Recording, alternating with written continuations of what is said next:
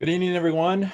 We apologize for the delay and the technical difficulties. I am officially calling to order our board meeting for April 7th at looks like 5:50 p.m. We want to thank all of you who are live streaming and thank you for your patience as we work through this new technology and doing this remotely. I will begin with roll call. Director Chancho Shore. Here. Graziano. Here. Hanson is absent. We're wishing her well, and she, of course, is excused. Holtzman. Here. Lung. Yeah. Meek. Here. And Ray is here. On our agenda, first of all, is to accept the agenda. Is there a motion to accept? Move to accept the agenda. Second. Motion made by Graziano, seconded by Lung. Any further discussion? Seeing none, let's go ahead and vote. Chancho Shore. Aye. Graziano. Aye. Holtzman. Aye. Lung. Aye. Meek. Aye. Ray, aye. And that motion passes unanimously. First on our agenda then is our student comment, and we're delighted to have Jay Chohan on the line to give us a report not only from student advisory group, but just from students as well. And Jay, as you're being unmuted at this time, I also want to just, on behalf of the board, express our sympathy for what the class of 2020 is dealing with during this time. And I know there's lots of disappointments, and we certainly want you to know, as well as the class of 2020, that we're going to continue to look for every opportunity to celebrate our seniors. But I also, Jay, just wanted to thank you as well for being such a wonderful student leader to our student advisor group and helping with our last meeting that was remote, in which you were able to collect a lot of student input that really had a major impact on all of us, as well as how we planned out our remote learning plan. So I just want to thank you on behalf of the board and invite you to go ahead and speak. Thank you so much. Yeah, there's definitely been a lot of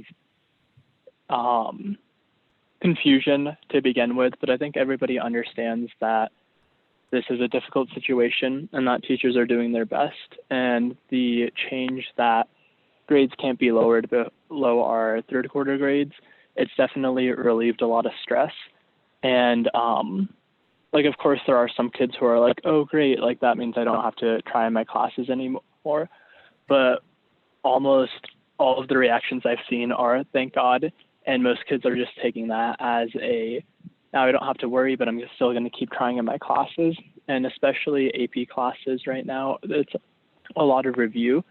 And so that change is definitely helping a lot of kids make sure that they're reviewing in the way that's best for them, and that they don't have to stress about, I can't contact my teacher or my Wi-Fi isn't working, so now I have to worry about my grade as well. And the other thing that's going on is a lot of the formats that are working well in my classes is that teachers will assign an assignment. They'll give the kids the whole week to do it, and that way kids can work on their own schedule. And then they'll have a lot of times where the teachers are available so that students can ask questions or talk about any concerns. And that way there's a lot of freedom for students, and it also makes sure that they have time for any questions or if they're struggling to understand the material. And yeah, there's definitely a lot of disappointment, especially with seniors, about prom and about graduation. But I know I've heard things about kids hoping to organize a student prom sometime in summer, hopefully, if all of this dies down. And a lot of college classes are talking about doing a prom at the beginning of the year once all the kids go off to college in the fall. Yeah, but overall, it's a bit of a rough transition, but everybody understands that teachers are doing their best and the school district is doing their best. And the more freedom that teachers allow, the better it generally works for students. And the change to not lowering grades has definitely released a lot of stress. Jay, thank you for that feedback and report. Anything from Student Advisory Group that you wanted to update us with as well? Not really, just we're still hoping to get some proposals finished, but we're looking at what's feasible now with the classes no longer being able to meet and large events being canceled. Very good. Well, again, Jay, my gratitude, appreciation for you representing students and starting us up on the right foot tonight to really talk about the challenges that we are faced with, but also just your optimism really is reassuring to hear that there's understanding along with disappointment, and there's hope that something can be done in the future. So I really appreciate you setting the tone for us tonight, because really it is all about you guys and our students, and we're truly grateful that our students are working together with us to make this crisis less of a crisis and something that we can really look back on and say, yeah, we accomplished a lot in spite of it. So thank you again for your coming in and talking with us. Thank you so much, and thank you to all of you for your leadership through this time. Very good, thank you. And that was Jay Chohan, president of our Student Advisory Group. And again, thank you to Jay for those comments. Next on our agenda is public comment, and I'm going to abbreviate my usual script because we only have one public commenter tonight. But I will just again remind the public that we do look forward to having public comment and hearing from a wide array of views from our public. We do have two policies that guide us in terms of how we receive public comment, policy BEDH and policy KE, which outlines how complaints or concerns should be handled at the closest origin of the concern as possible. Given that we are doing this remotely, there are some additional directions I would like to provide. First of all, just as has been our practice, those who are wanting to make public comment are requested to complete an online form by 3 o'clock prior to our meeting. So that's our deadline, and that way remotely we can get everything confirmed so that public commenters can be signed on to be able to be heard. Those who were signed up by this time received an email with directions for calling in. Once called in, your phone will be muted until your name is called. You will be able to listen to the meeting via your phone, but you won't be able to speak until we've officially unmuted and announced your name. Please make sure that you are not running this meeting on a computer in the background and that you're in a quiet environment. And again, once I call your name, please announce who you are again and just check in to make sure we can hear you. So at this time, I want to invite Ty Remington, who had signed up. Ty, are you there? I am. Can you guys hear me? Yes, Ty, very good. Thank you. Go ahead. Yeah, so I actually wasn't expecting to have to speak. I had more of a question, but I'm pleased you guys are willing to take it. So my only question was, I just didn't quite understand the rush to cancel school through the rest of the year, given that it's a very fluid situation, right? And we're hearing reports that perhaps Colorado is reaching some type of a peak. That's subject to change, of course. And that Governor Polis did just last night, I think, say that, hey, the goal is to, by the 26th, start to, reduce the social distancing requirements and perhaps the stay-at-home order. So my only question was, why did we jump to canceling school for the whole year versus maybe taking a week by week or even a 2 week by 2 week kind of approach where every 2 weeks we reevaluate where we think the school year might end up? So that was kind of the gist of it. Very good. Okay, Mr. Herman, thank you for the question. Typically during public comment, we don't typically respond to questions and answers. However, since you're the only public commenter tonight, I am going to break protocol a little bit and see if Dr. Tucker, if you would like just to respond to that question. I'm sure that's a question that others have had in terms of the decision to commit to remote learning until the end of the year. Dr. Tucker, are you there to respond?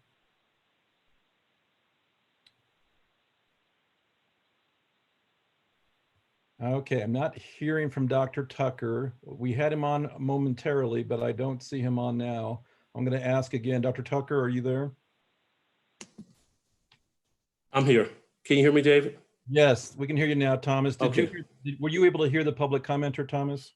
Yes, I did hear Ty, and the essence of his question was, why didn't we not take a week by week or 2 week by 2 week approach to calling in-person learning off?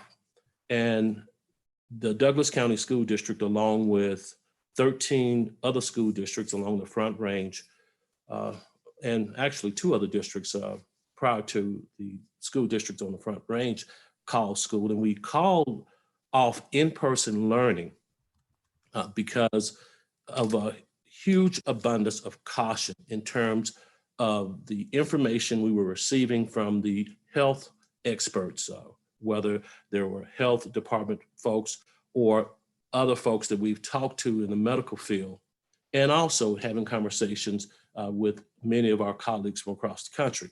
Right now, 15 states and counting have extended their mandated statewide school closure. So right now, 15 states, and again, that number is counting. And we're doing this out of a huge abundance of caution to protect our students, staff, and community members.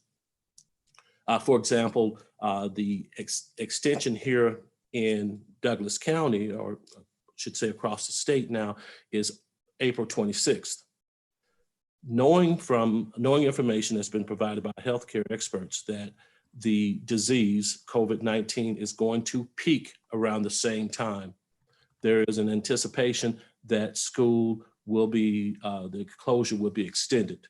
So rather than have our students get settled in with remote learning, and you heard Jay mention earlier that is happening here in our district, and then make a transition, a potential transition back into the brick and mortar buildings, it's really not the best thing pedagogically speaking for students or staff.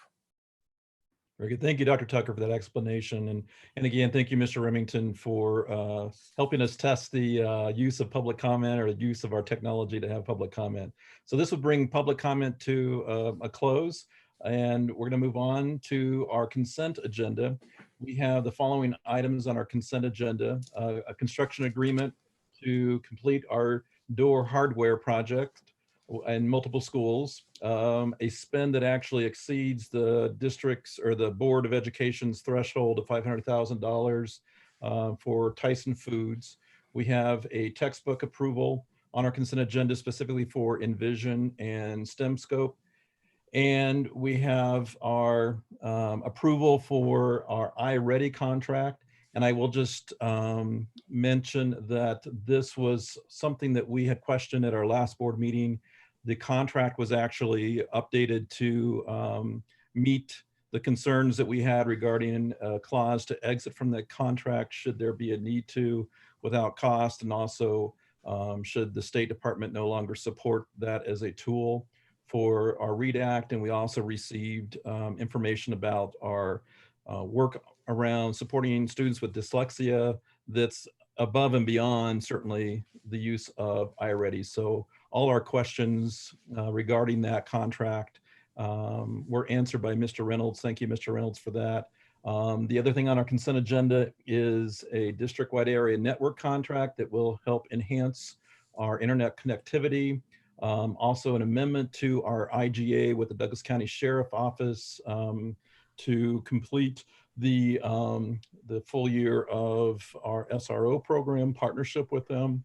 And then also on the agenda is a schedule for our 2021 board meetings. Hopefully we'll get to have those in person, but that's on our agenda as well. And then finally, we have personnel changes. So with that, I would entertain a motion to approve our consent agenda. I move to approve the consent agenda. Second.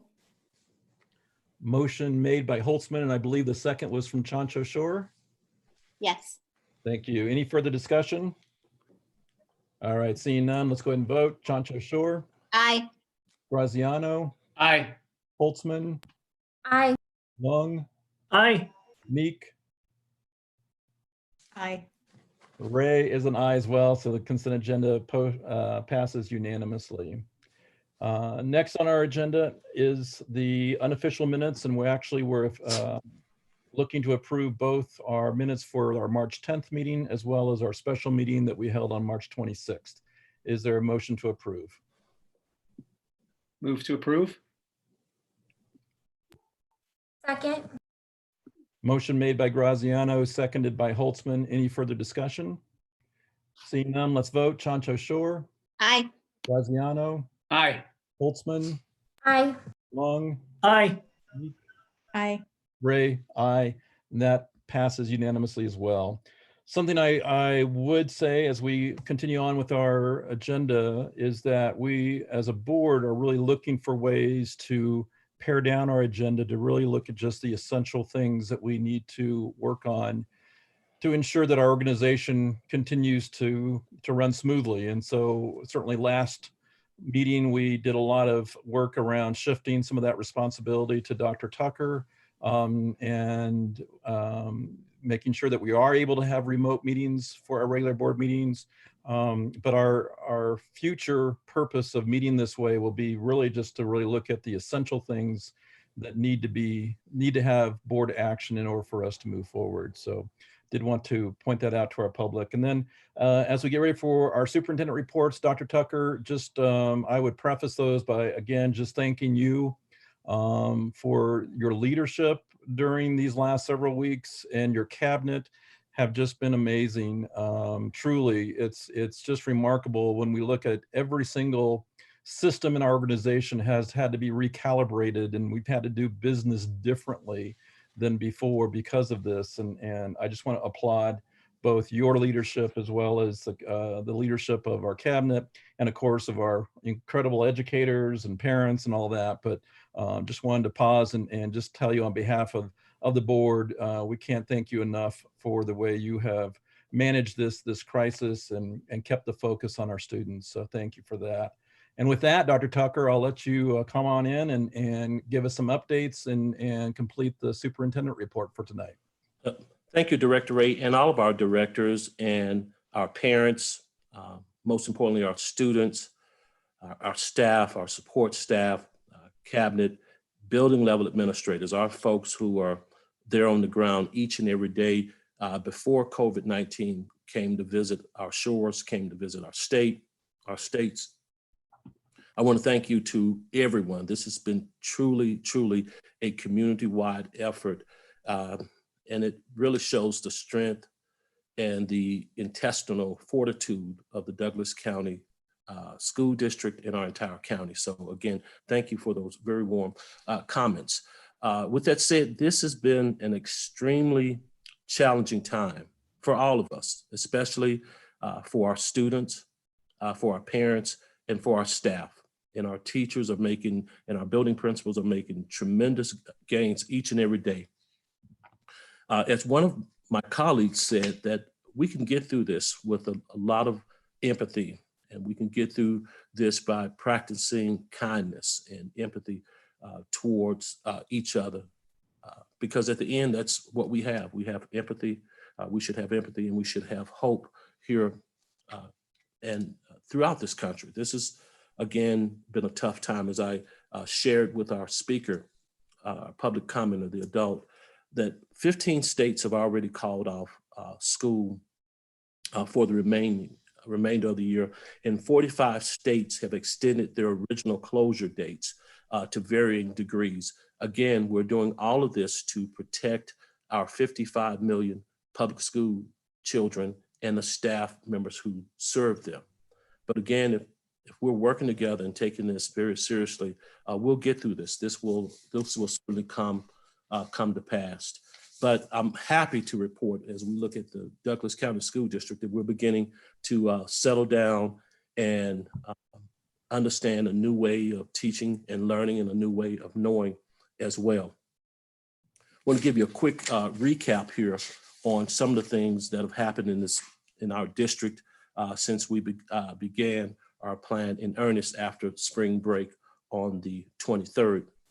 It's truly incredible what a committed, talented, and skilled group of educators a committed and talented group of educators that we have here in our district. We have 8,400 employees and 68,000 students here in the district. And to look, as what Director Ray said, to look at what we've accomplished in a short period of time. And Jay Chohan really captured the student experience. And I hope the comments that I share with you briefly here are about the voices of our students, the voices of our teachers, our support staff, our EDOS, our cabinet members, and of course, our building principals. Our leaders and educators have developed and provided learning opportunities for our students that allow them to continue making or maintaining progress and growth academically and socially and emotionally. As a district, we coordinated and communicated our initial comprehensive remote learning plan prior to spring break in anticipation that this could happen. Most metro districts did not have a plan in place until weeks after, and some are just now getting their remote learning plan up and running. We've been able to share our plan, the Douglas County School District Remote Teaching and Learning Plan, with districts across the country from the East Coast to the West Coast.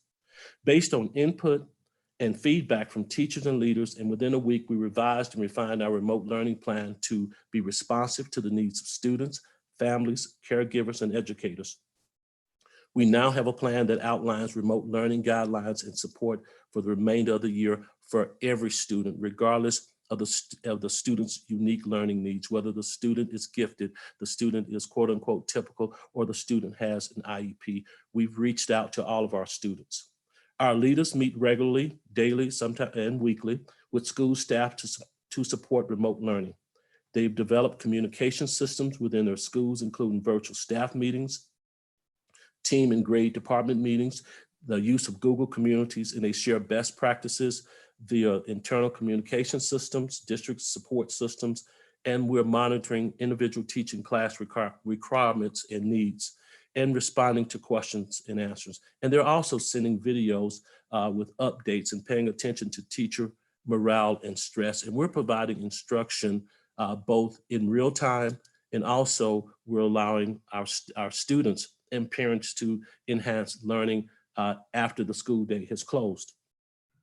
Many of our leaders have sent surveys to families and caregivers asking for feedback about how remote learning is going for their students and what the school can do differently to improve the experiences for everyone involved. School leaders have used this feedback to make adjustments to communication systems, student support, and work expectations that ultimately benefit students, families, and educators. Additionally, anytime a parent or caregiver reaches out to a teacher or leader about concerns, they look for ways to problem solve and support the needs of the students. Leaders have encouraged parent and caregivers to reach out with many questions or anytime they have any concerns.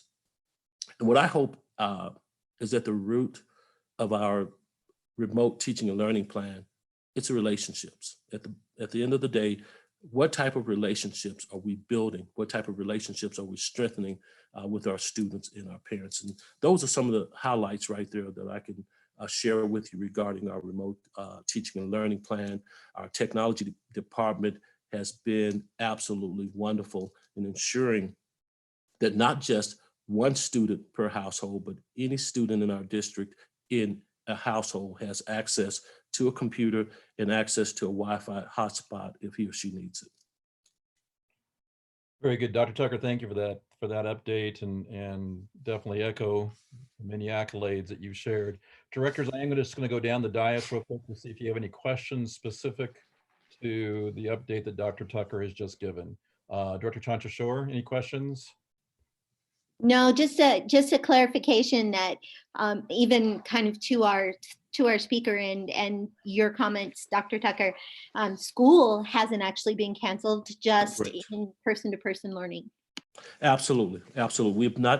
We've canceled the in-person, person-to-person learning, but remotely school has been going on. And as I said earlier, we started planning for this prior to spring break. Thank you. Thank you, Dr. Tucker, Director Johnson. So, Director Graziano. No questions. I just want to comment, just thank Dr. Tucker, the staff, parents, everybody showing incredible calmness, patience, and the teachers showing amazing creativity throughout all this change. So just a thanks to everybody, and just comments there. Thank you, everybody. Thank you, Director Graziano. Director Holtzman. Yeah, I have no questions either.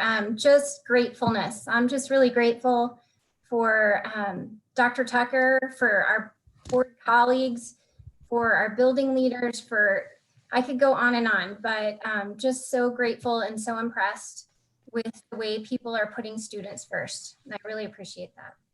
Thank you, Director Holtzman. Director Long. I don't have any questions. And again, I echo all my colleagues' comment, and especially the maturity of our student. I went to the student advisory group meeting. They truly understand what's going on and appreciating, our effort. And it is not easy for them, especially the teenager of not able to socialize with their friends. And for the parents that sacrifice and stay home with our student.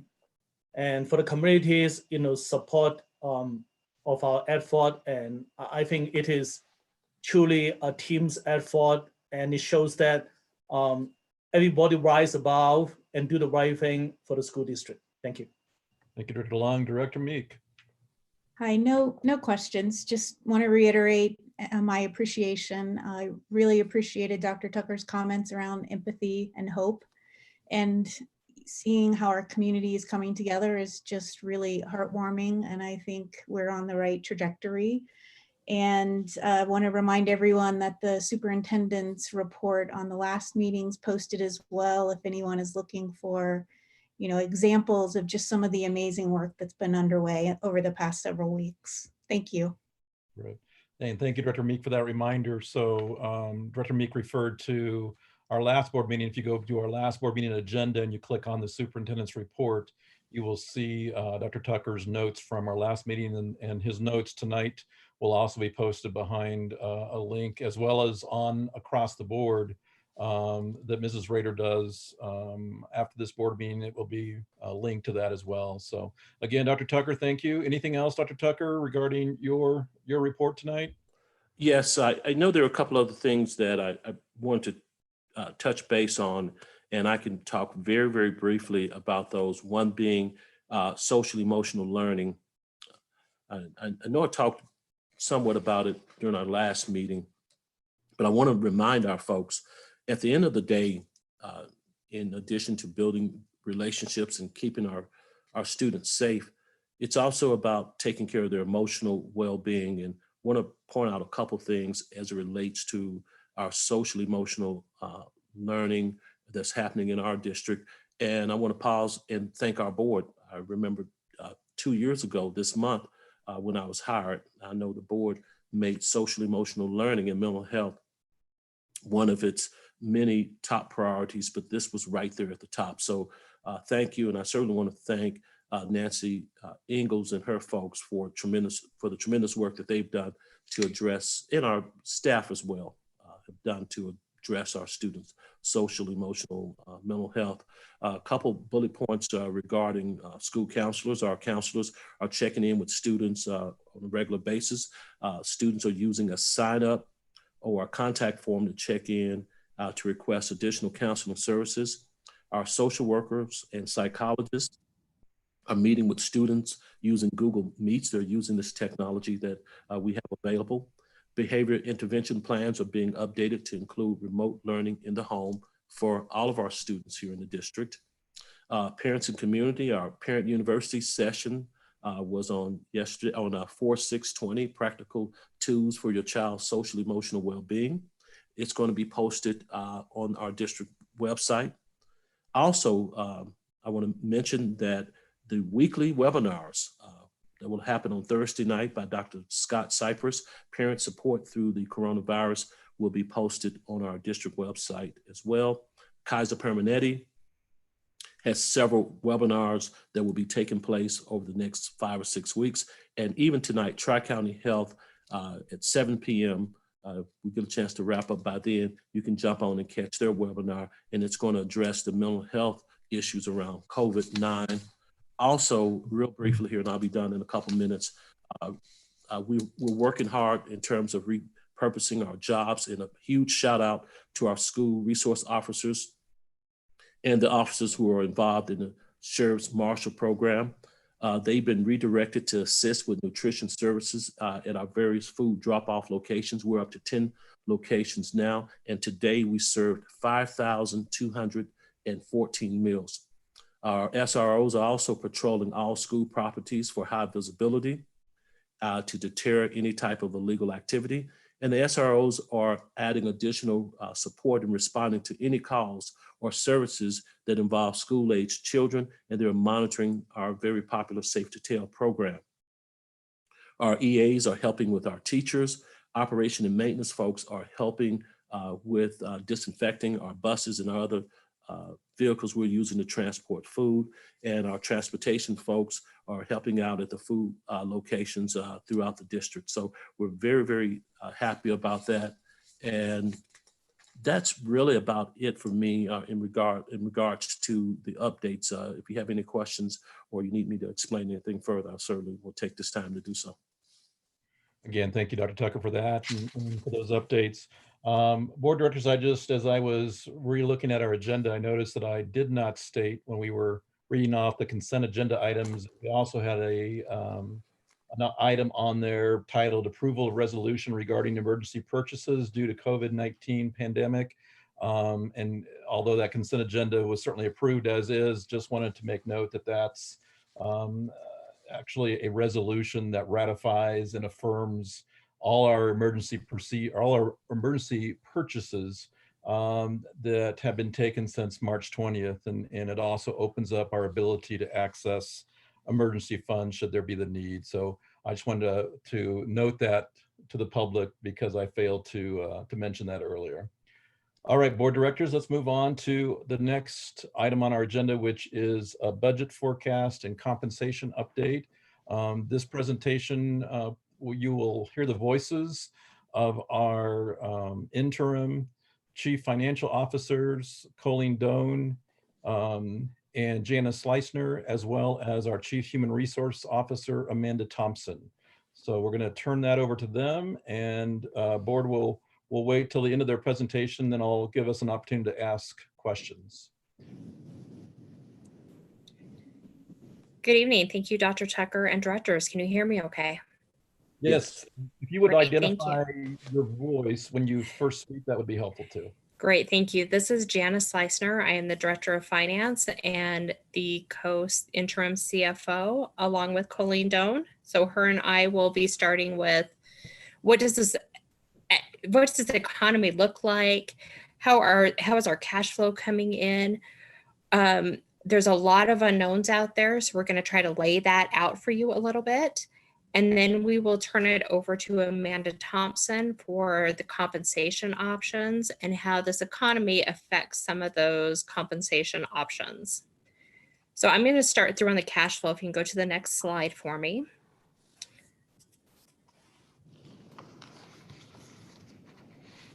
See, I'm going to go ahead and start talking even though it's not going yet.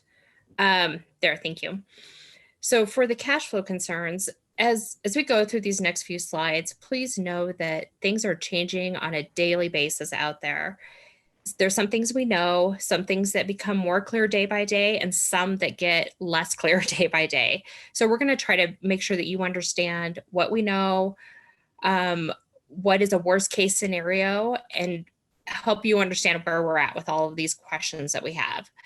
So first of all, for property tax collections, I had a good conversation with our county treasurer, David Gill, this morning, and there was big concerns when this all first started around property tax collections. Over these next 3 months is when most of our cash comes in that sustains us until next December. So I had a lot of worry about what our cash flow was going to look like during these next 3 months.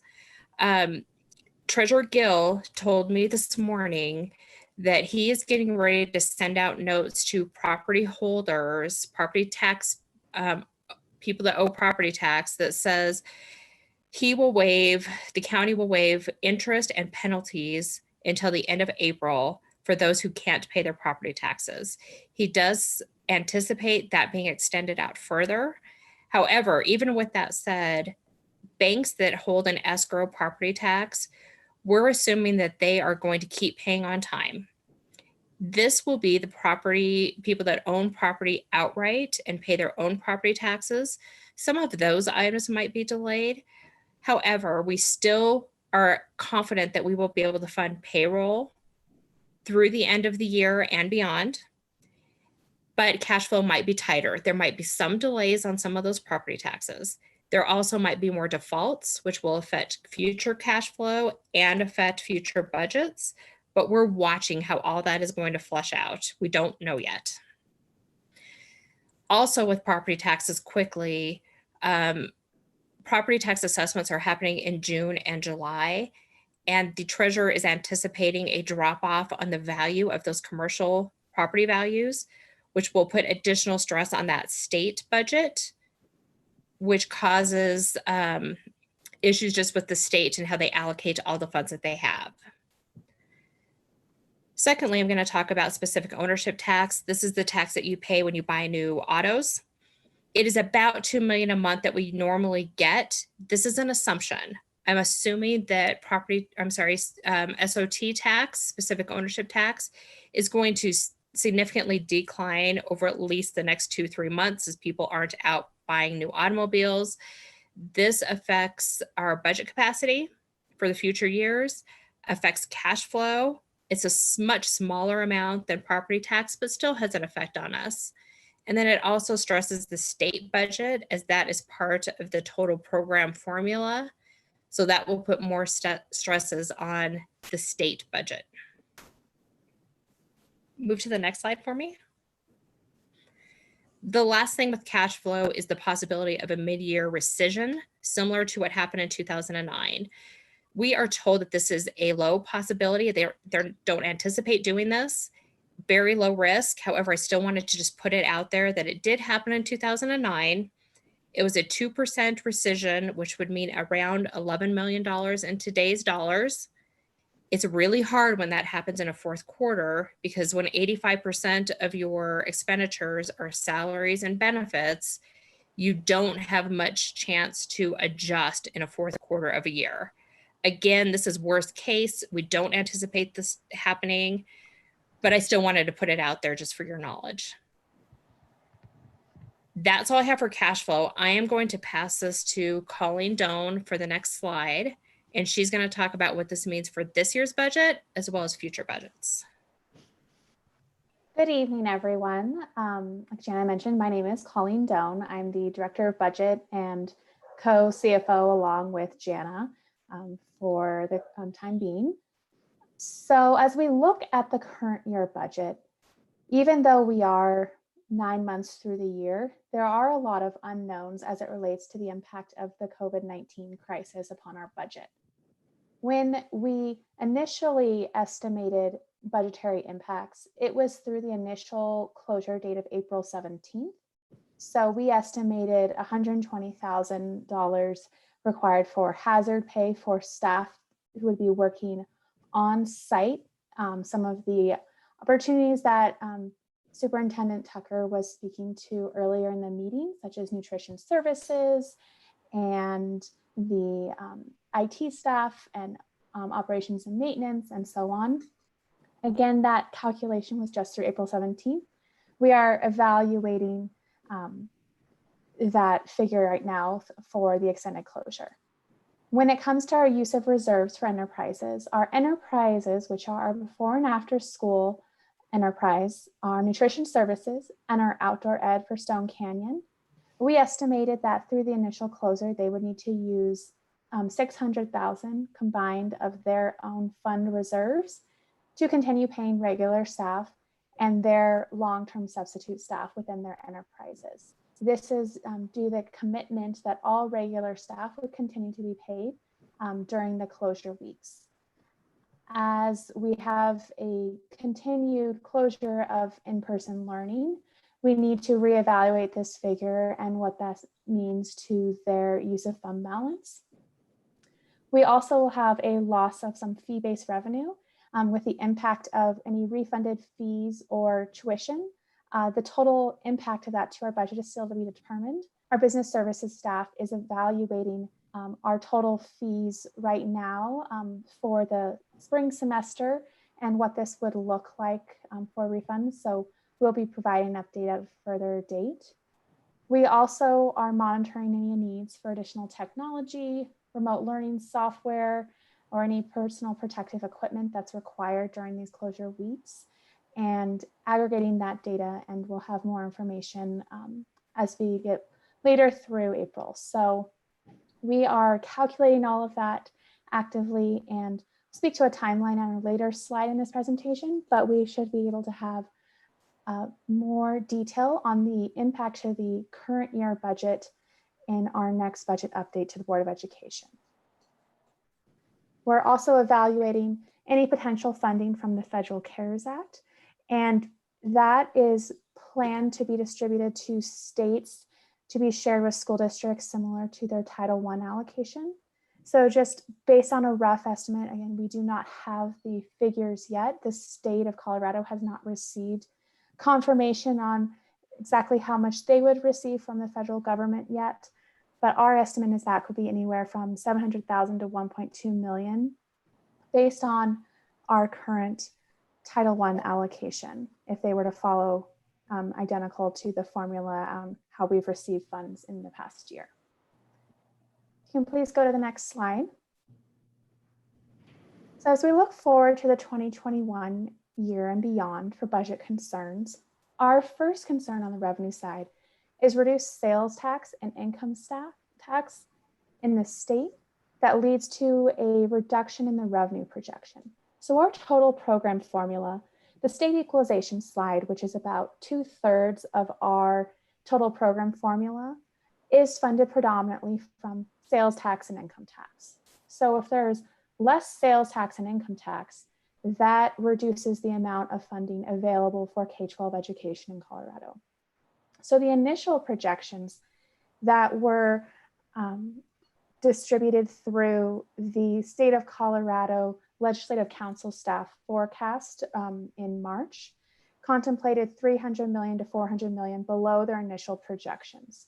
Those initial projections were what was used to set the governor's budget request and the initial calculation of projected per pupil revenue back in the December-January timeframe. So if we think about where we were back a couple of months ago, Governor Polis's January budget request included a $52 million buy down statewide of that budget stabilization factor, or previously known as the negative factor. We're now thinking that the best case scenario is to have a flat budget stabilization factor, meaning that they don't draw down that cut that's happening to K-12 education across the state. We already know that we have mandatory expense increases as highlighted in the February Board of Education meeting and will again be highlighted on a later slide in this presentation. Those add up to 8.4 million. And those are for things like our loss of projected neighborhood funded pupil count, just less kids than in the prior year.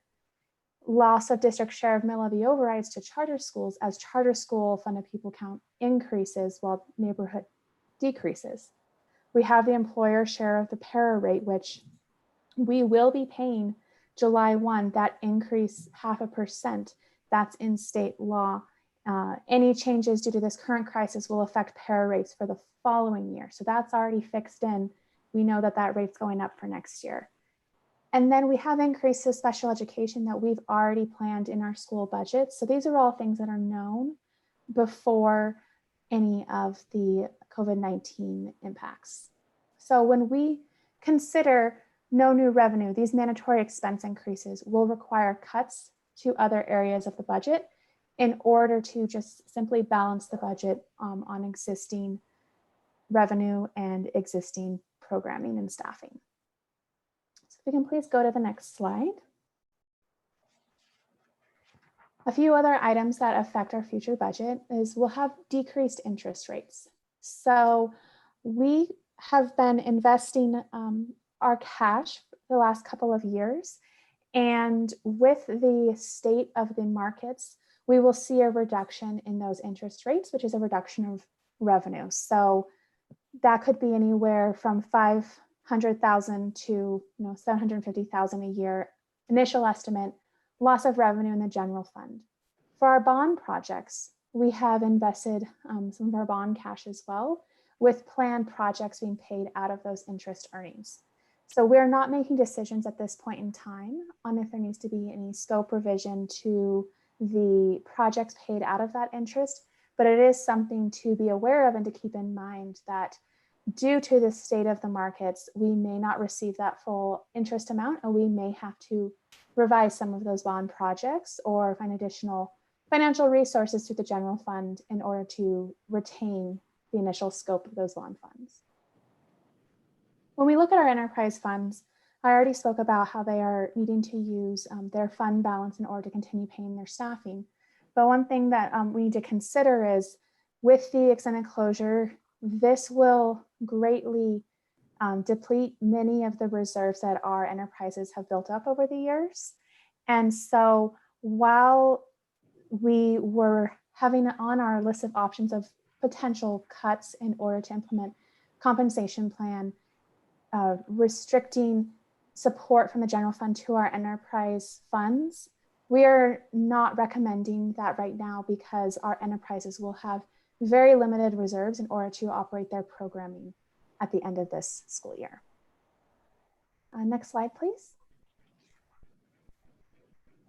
So as we look at our general fund reserves, I do want to state that we do not yet have an estimate of the percentage of reserves required to be used to support the COVID-19 related expenses. As mentioned on these previous slides, we're still working through all of those items. We will be happy to provide that level of detail in our next update. So those use of reserves are still to be determined, but our priority is to take care of students, staff, and the community using the reserves as necessary. We are very fortunate that we are entering this crisis with a very healthy general fund reserve balance, and we will continue to pay all regular employees through this closure. And then we are continuing to deploy technology as needed in order to support that remote learning and the work continuing for our community. All right, next slide, please. Oh, I apologize. It looks like the formatting is off on the live stream version that's out there, but the version posted on the website should hopefully not have the formatting misaligned. Just wanted to, the next 3 slides, give 3 snapshot points in time of our planned use of new reserves, of new revenue. So this first slide is exactly what was presented on the February 27th Board of Education meeting. It has not changed from there. And this looked at before the COVID-19 crisis hit Colorado, we were anticipating available new revenue of $3 million before including any increase to pay, implementation of a 7-lane model, or any strategic plan related expenses. Next slide, please. After the state of Colorado released their March forecast, right at the beginning of the crisis in Colorado, we updated this to eliminate the buy down of the budget stabilization factor. So PPR is still increasing, but instead of $222 per pupil increase, contemplated $170 per pupil increase, that would cut the available new revenue down to approximately $400,000, all else held equal. Same kids, same known mandatory expenditures, etc. Same things in and excluded from the formulas. And this was shared with the Board of Education in the special session a few weeks ago. Next slide, please. What we're looking at today is potentially no new revenue. So you can see the change at the top has eliminated what was on the previous slide, an $8.4 million of increased PPR and a $0.4 million of increased state categorical, down to 0 in both categories. The reason why we're providing this to you is not to alarm the Board of Education, the public, but to present what could potentially be the reality given the uncertainties that we have right now. We don't know how long and how large the impact will be on the Colorado economy, but it is quite possible that we could be in a year next year where we have no new revenue and we are operating on the exact same amount of funding that we have in the current year. This is from talking with a lot of other school districts, financial leaders. This is what a lot of our peer districts are looking at and contemplating within their revenue projections. And Colorado Department of Education also ran this model for us on the potential of no new revenue. So this is a potential reality. The only other change in here that I wanted to highlight is there's a slight change in the district share of mill levy overrides.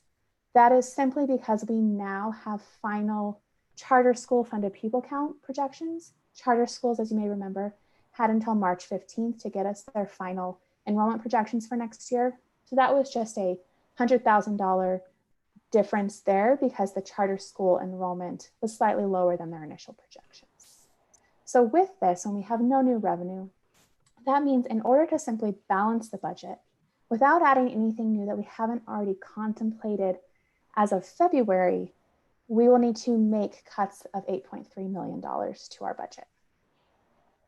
And with that, that is the end of our component on the financials. We can either pause now or we can continue into the compensation piece. But I wanted to take a pause and see if there are any questions at this moment. Otherwise, I'll turn it over to Amanda Thompson. Thank you, Mrs. Doan and Mrs. Schleichner. I do think we will pause, board directors, and I would ask if there are specific questions.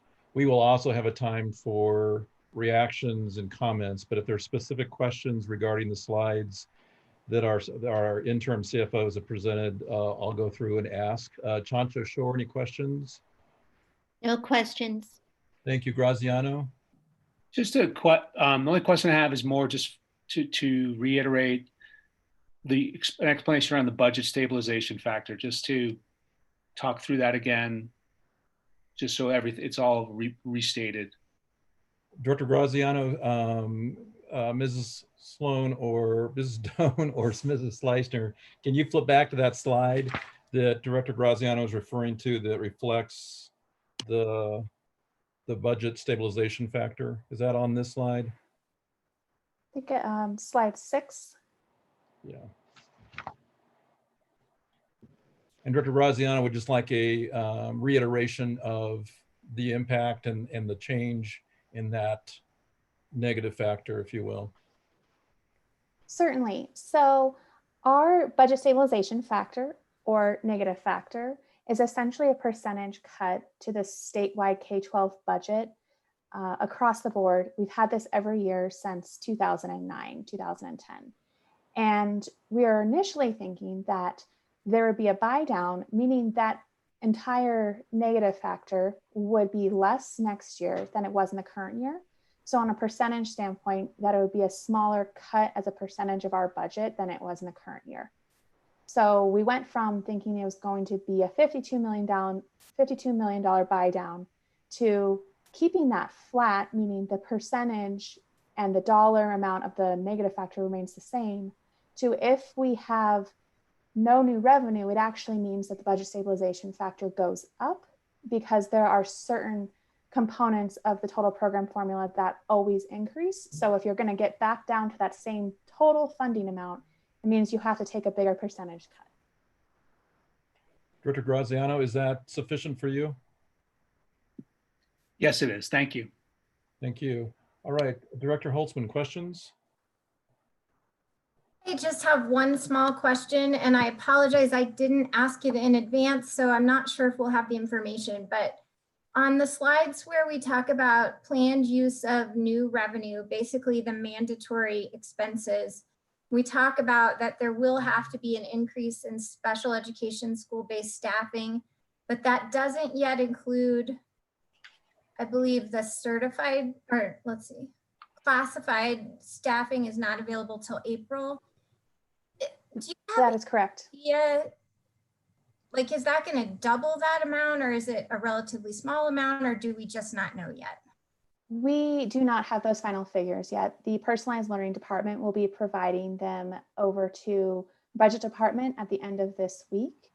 And then we'll be running the numbers and calculating what that is, what those staffing changes mean in terms of dollars. So we will have that available to share at our next budget update at the April 21st Board of Education meeting. Thank you. Thank you, Dr. Holtzman. Director Long, any questions? Well, again, thank you very much, for their hard work. And I think our districts is probably better prepared than the others.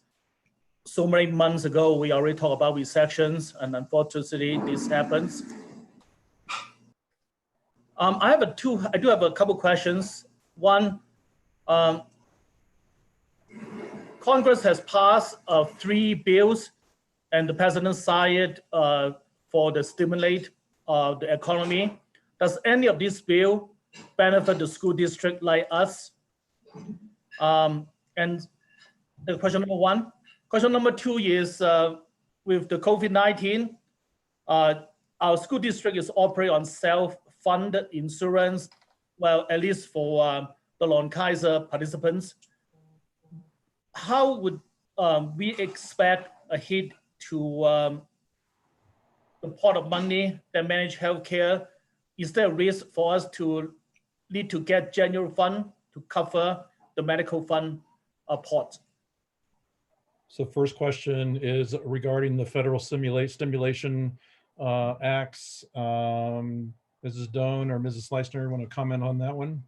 I'd be happy to take that. So with regard to the federal stimulus, the Coronavirus Aid, Relief, and Economic Security Act, or otherwise known as the CARES Act, sets aside $13.5 billion for public school districts and higher education across the nation. We are estimating that Colorado will receive $300 million of those funds, with half of that going to K-12 and half of that going to higher ed. So that was what I was referring to earlier, that it would be allocated to districts similar to Title I allocations. And so we are estimating that that will be anything from $700,000 to $1.2 million, depending upon how the state interprets Hope Online within our count for our Title I component.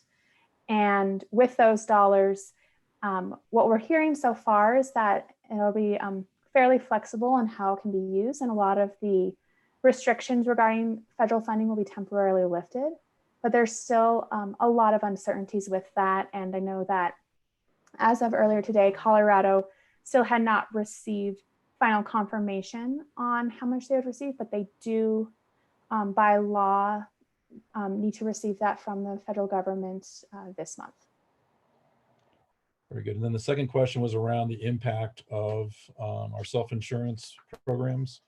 Certainly. So we have some slides later in the presentation that will speak directly to all of our various healthcare plans and a few proposals related to our medical fund. Dr. Long, is that sufficient? Well, I mean, for the second questions, I'm more interested to know whether it will hit the general fund. Well, hopefully we don't have that many employees that get sick or get impacted by COVID-19, but in case if there is, do we build the projections, how much hit we may have to our general fund if we overspend on the medical self-insured fund? So I just want to get some ideas. Would that be another draw to our general fund to cover the medical expense? So we can address that, Mrs. Doan and Mrs. Leisner, in your later slides that speak specifically to our insurance program. So, I apologize. I misunderstood Director Lung's question earlier, and we don't have that specific question addressed in the later slides. The impact if our employees get sick due to the coronavirus and what that impact will be to the general fund. But we'd be happy to take that back and work with Dr. Tucker to be able to provide a follow-up response. And I'm sorry, I should have sent that question earlier to you. It is my bad. So thank you very much for looking into this. All right, thank you, Director Long. Director Meek, questions? Thank you very much for the presentation, the thorough explanation. Just a couple of quick questions. The CARES Act money from the federal stimulus, that is one-time money that we really wouldn't be able to incorporate into an ongoing budget. Is that correct? Yes, that is correct.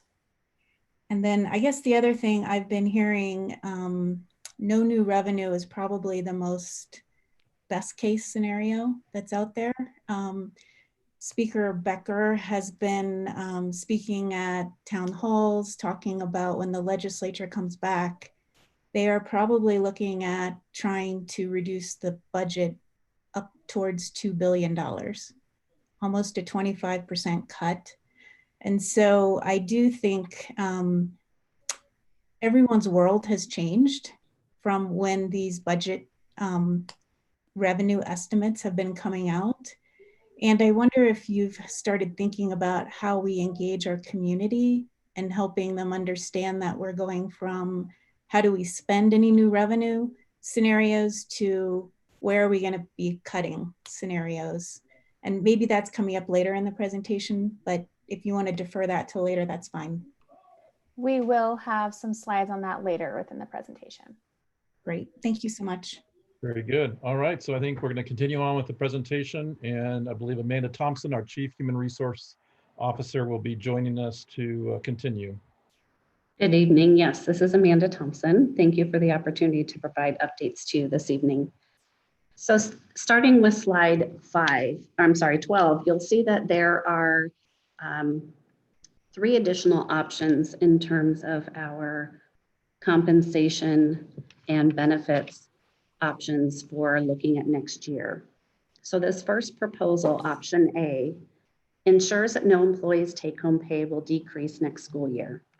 Specifically, it covers the employee para increase and absorbing the employee's medical premium increase for the 8th year in a row. The cost to implement this option for 1 year is approximately $9.4 million. This is inclusive of a 1.25% increase. And again, that covers the para employee portion for all employee groups and the increases to medical premium increase for employees. This does assume that no changes occur to current employees' benefit elections. So we did the estimate based on current state. Next slide, please.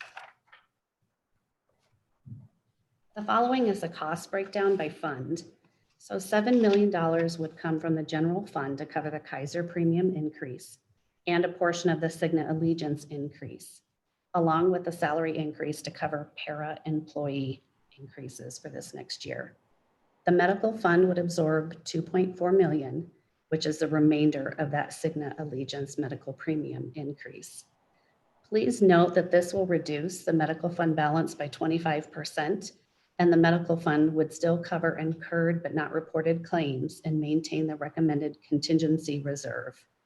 Next slide, please.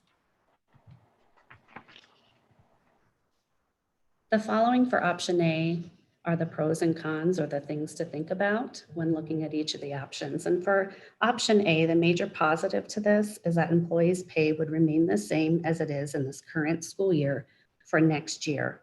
Additionally, we'd be able to continue district coverage of employee premium increases for the 8th year in a row. Some things to consider would include that this is not inclusive of a COLA. This option would require the largest amount of budget cuts to implement, and we would utilize a portion of our medical fund reserves. Next slide, please. The next option would be a lesser or $8.2 million approximate implementation cost.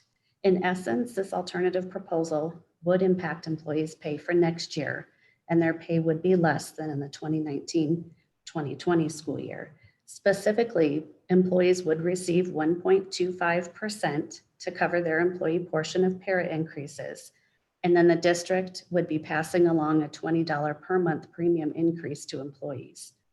So it's important to understand that in this option, every medical plan would go up from its current state to $20 additional per month. So currently we have varying costs for plans dependent upon the coverage employees elect to have.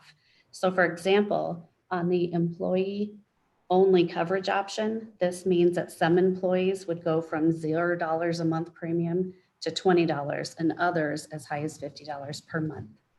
Next slide, please. So option B's cost breakdown by fund is at about approximately 5.8 million would come from the general fund to cover the Kaiser premium increase, a portion of the Cigna Allegiance increase, and the salary increase to cover employee para increases for the following year. The medical fund would absorb 2.4 million, the remainder of the Cigna Allegiance increase. Next slide, please. For option B, or the option that would have employees paying a portion of their premium increases, it passes on an equal portion of premium increases across all employee groups. This would require less cuts to the budget than option A. It's important to note that in option B, employees' pay would not remain the same, as previously pointed out, and it would be less than in this current school year. Some of the premium increases also would impact some employees more significantly than others, depending on what their current pay is. Next slide, please. So for option C, this last proposal would impact employees' pay also for next year, and their pay would be less than in the 2019-2020 school year. This has a 3.4 million implementation cost, and specifically employees would be absorbing the 1.25 para increase, and also we would be passing along a $20 per month premium increase. Next slide, please. So with option C, there's approximately 1 million coming out of the general fund, which would take care of the Kaiser increase and also the Cigna Allegiance portion of increase as well, and the additional Cigna Allegiance increase out of the medical fund. Next slide, please. So this is the least impactful option in terms of budgetary cuts in order to implement at 3.4 million. However, employees would experience less pay than in years past and then in current net pay, because the district under this option, we'd be passing along both the insurance premium increase and the para increase at $20 per month for the benefits increase. So the following will go into a little bit more detail with Colleen sharing information regarding cost savings and revenue increases relative to these proposals. Mrs. Thompson, let's pause there for a second. Sure. Board directors will do just a quick round to see if there's any questions about the three options that Ms. Detail for us. So starting with Chancha Shore, any questions? No questions. Thank you. Director Graziano? No questions at this time. Director Holtzman? I'm really still considering some of the information that you shared in terms of my question about rather than making it a flat dollar amount for health insurance premium increase, looking at making it a percentage, just trying to consider the equities of that. So I don't know if you want to address that now, or if not, it's just something I'm interested in learning. So Mrs. Thompson, Director Holtzman's wondering about an additional scenario that would look at percentage increase for that as opposed to a flat rate. Do you want to respond to that now? Yes, so we have begun to look into that, and thank you for sharing that with us previously. Ms. Doan, did you want to share additional information regarding that at this time? Sure, I'd be happy to. So the information that Director Holtzman is referencing, we did run that information yesterday. We just did not address it in our presentation. But if we were to adjust the medical increase, instead of being a flat dollar amount, to do it based upon a percentage, to get to the same dollar amount coming from essentially increasing employee share of premiums, would be approximately a 13% increase to all the employee contributions.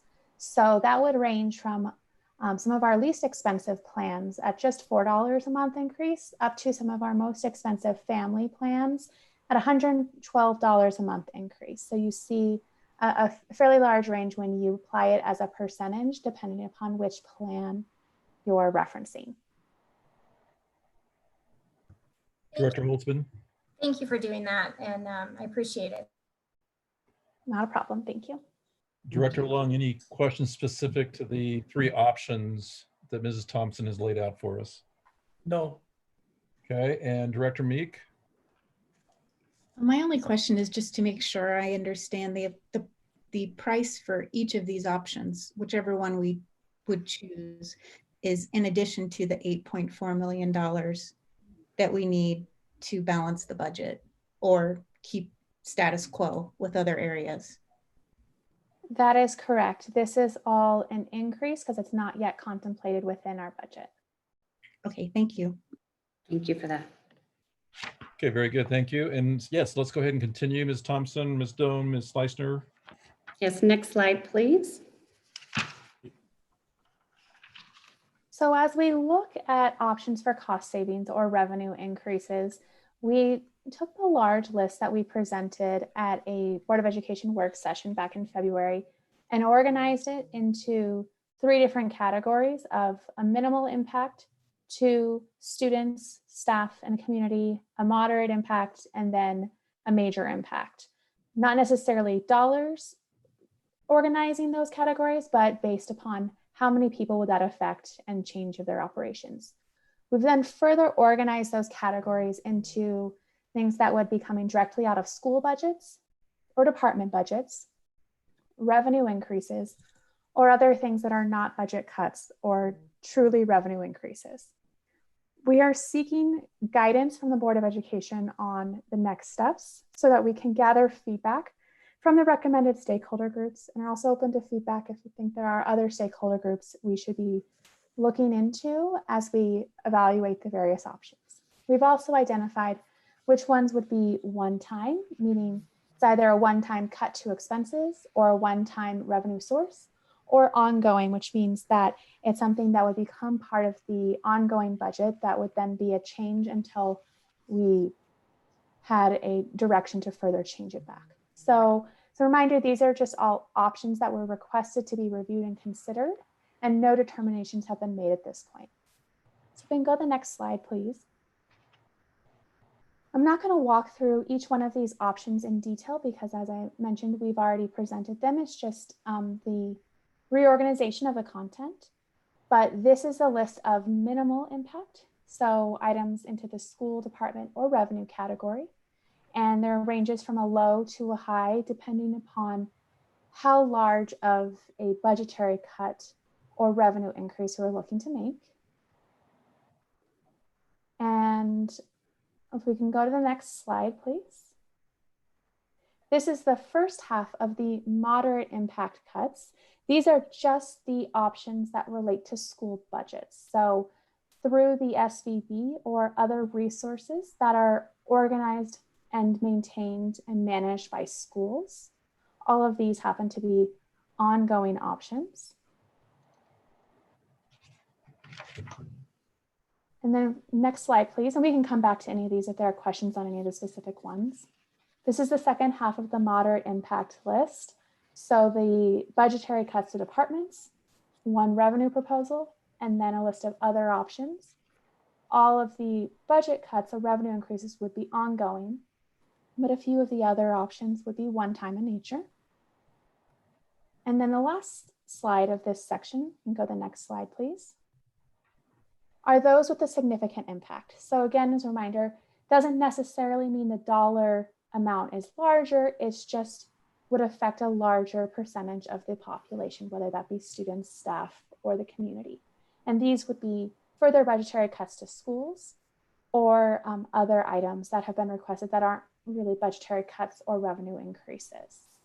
So with that, I'll pause and see if there are any questions on any of these, but we would like to, Board of Education willing to receive guidance from you. There are 30 options here provided in total so that we can go to the next step to gather feedback and provide more information on the ones that you would like to see as potential cost saving opportunities for the upcoming fiscal year. Very good, thank you. And directors, I think I would caution us from spending time going into depth with any of these recommendations. I do appreciate what Ms. Doan and Ms. Slicer have done to categorize the impact of these brainstormed items. But I think until we actually have come to some agreement and understanding of which option, financial option that we're targeting, I think it might be premature for us to spend much time with these specific itemized items that might be cost savings items to help us with the concern that we have. So I think at this time, unless there's a burning question about the way these have been organized, I think we should just go ahead and move on. If you have a burning question though, I will pause for a second.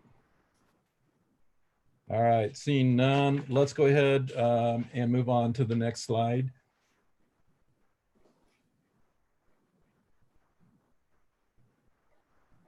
Go ahead, Mrs. Doan or Mrs. Fleischner or Mrs. Thompson. So turn it over to Director Sleisner to address our reserves. Hi, thank you. Can you hear me? I'm sorry. Yes. Thank you. So we've talked about these reserves before. We do have some fund balance that we can talk about. There's a total of 87 million fund balance currently in the general fund, but only 21 to 24 million is projected to be unassigned in that second quarter. We have table reserves. We do have Board of Education reserves. There's school carryover that is part of those options that we just presented. So there are some options here. It's just, again, we need to be thoughtful about how we're spending general fund reserves. And this is part of what's helping us have more options during periods such as what we're experiencing now that we have not experienced in the past. Also, just a couple reminders. Compensation is 86% of that general fund expenditures. It's 35 million with benefits every month. And so in general practice, in the, not that we should be operating like a business does, they keep about 3 months of operating, which would include payroll and benefits in reserves to weather the storm. That's not where we need to be as a school district. However, it's just comparing that compensation 35 million with like what we have for the Board of Education reserves. So knowing that that 16 million, while it looks like a really large number, it does not cover 1 month of payroll. So we have been using the reserves for the COVID-19 technology and remote learning and other closure related items, which includes cleaning and some of those chemicals that we're using to kill this virus within our buses and nutrition services areas. So we are estimating that there will be continuing effects to the budget and the economy going forward. So right now we're just talking about current year cash flow and what's happening next year. But I believe at this point we will have several years of dealing with this recession and what this will mean for the budget and the per pupil revenue that we get going forward. I think that's about all I have on the slide. Anything you want to add, Colleen? I would just add in one last comment on the last bullet point, which was one of our options on the previous slides did include a use of fund balance. We're just recommending a range of 15 to 25% in order to retain fund balance for any unforeseen needs. And also, as we do not know the length of this recession and this crisis and how long it will take us to get back to where we are as an economy in Colorado. Thank you. Go to the next slide. So this is in reference to some of the questions that you had on use of the medical fund reserves. Our Cigna and Allegiance plan is our self-insured plan. And so the balance in that medical fund covers the cost of claims, administration, and stop loss. So that means that we have claims up to a certain amount and then insurance kicks in. So that will help with some of those COVID claims that come in. It is too early to know how many claims are going to come in under the self-insurance plan and how many of those will hit that stop loss. So that is why we have to be thoughtful about some of those plans of using fund balance to cover premium increases. It's just, again, being thoughtful, not spending down those balances too fast so we can plan ahead and manage those premium increases for our employees going forward. So under a self-insured plan, it's cost savings for the district because it eliminates that profit margin that is built into the commercial insurance. That's why these insurance plans work well when you have those good, healthy reserves. So that reserve provides a hedge against the IBNR. So those are claims that are incurred but not reported yet. So things that have happened, but they haven't notified us yet. Common practice out there is that we keep 2 to 3 months of claims in reserve. Our current projected reserve is around 10 million. So that means our recommended contingency reserve is 5.5 to 6 million. We do have some room here to play with that reserve use, which means reducing possibly the premium increases to our employees. But again, we need to be financially prudent with how fast we draw down these reserves. This is the first time something like COVID-19 has happened. And right now we're glad we have those reserves because we don't know what's going to happen. Very good. Before you guys move on to the last slide in terms of the timeline and next steps, I'm going to just go down the dais real quick to see if there's any questions regarding the presentation about reserves. So just quick questions. Chancho, Shore, any questions? No questions. I have a comment at the end.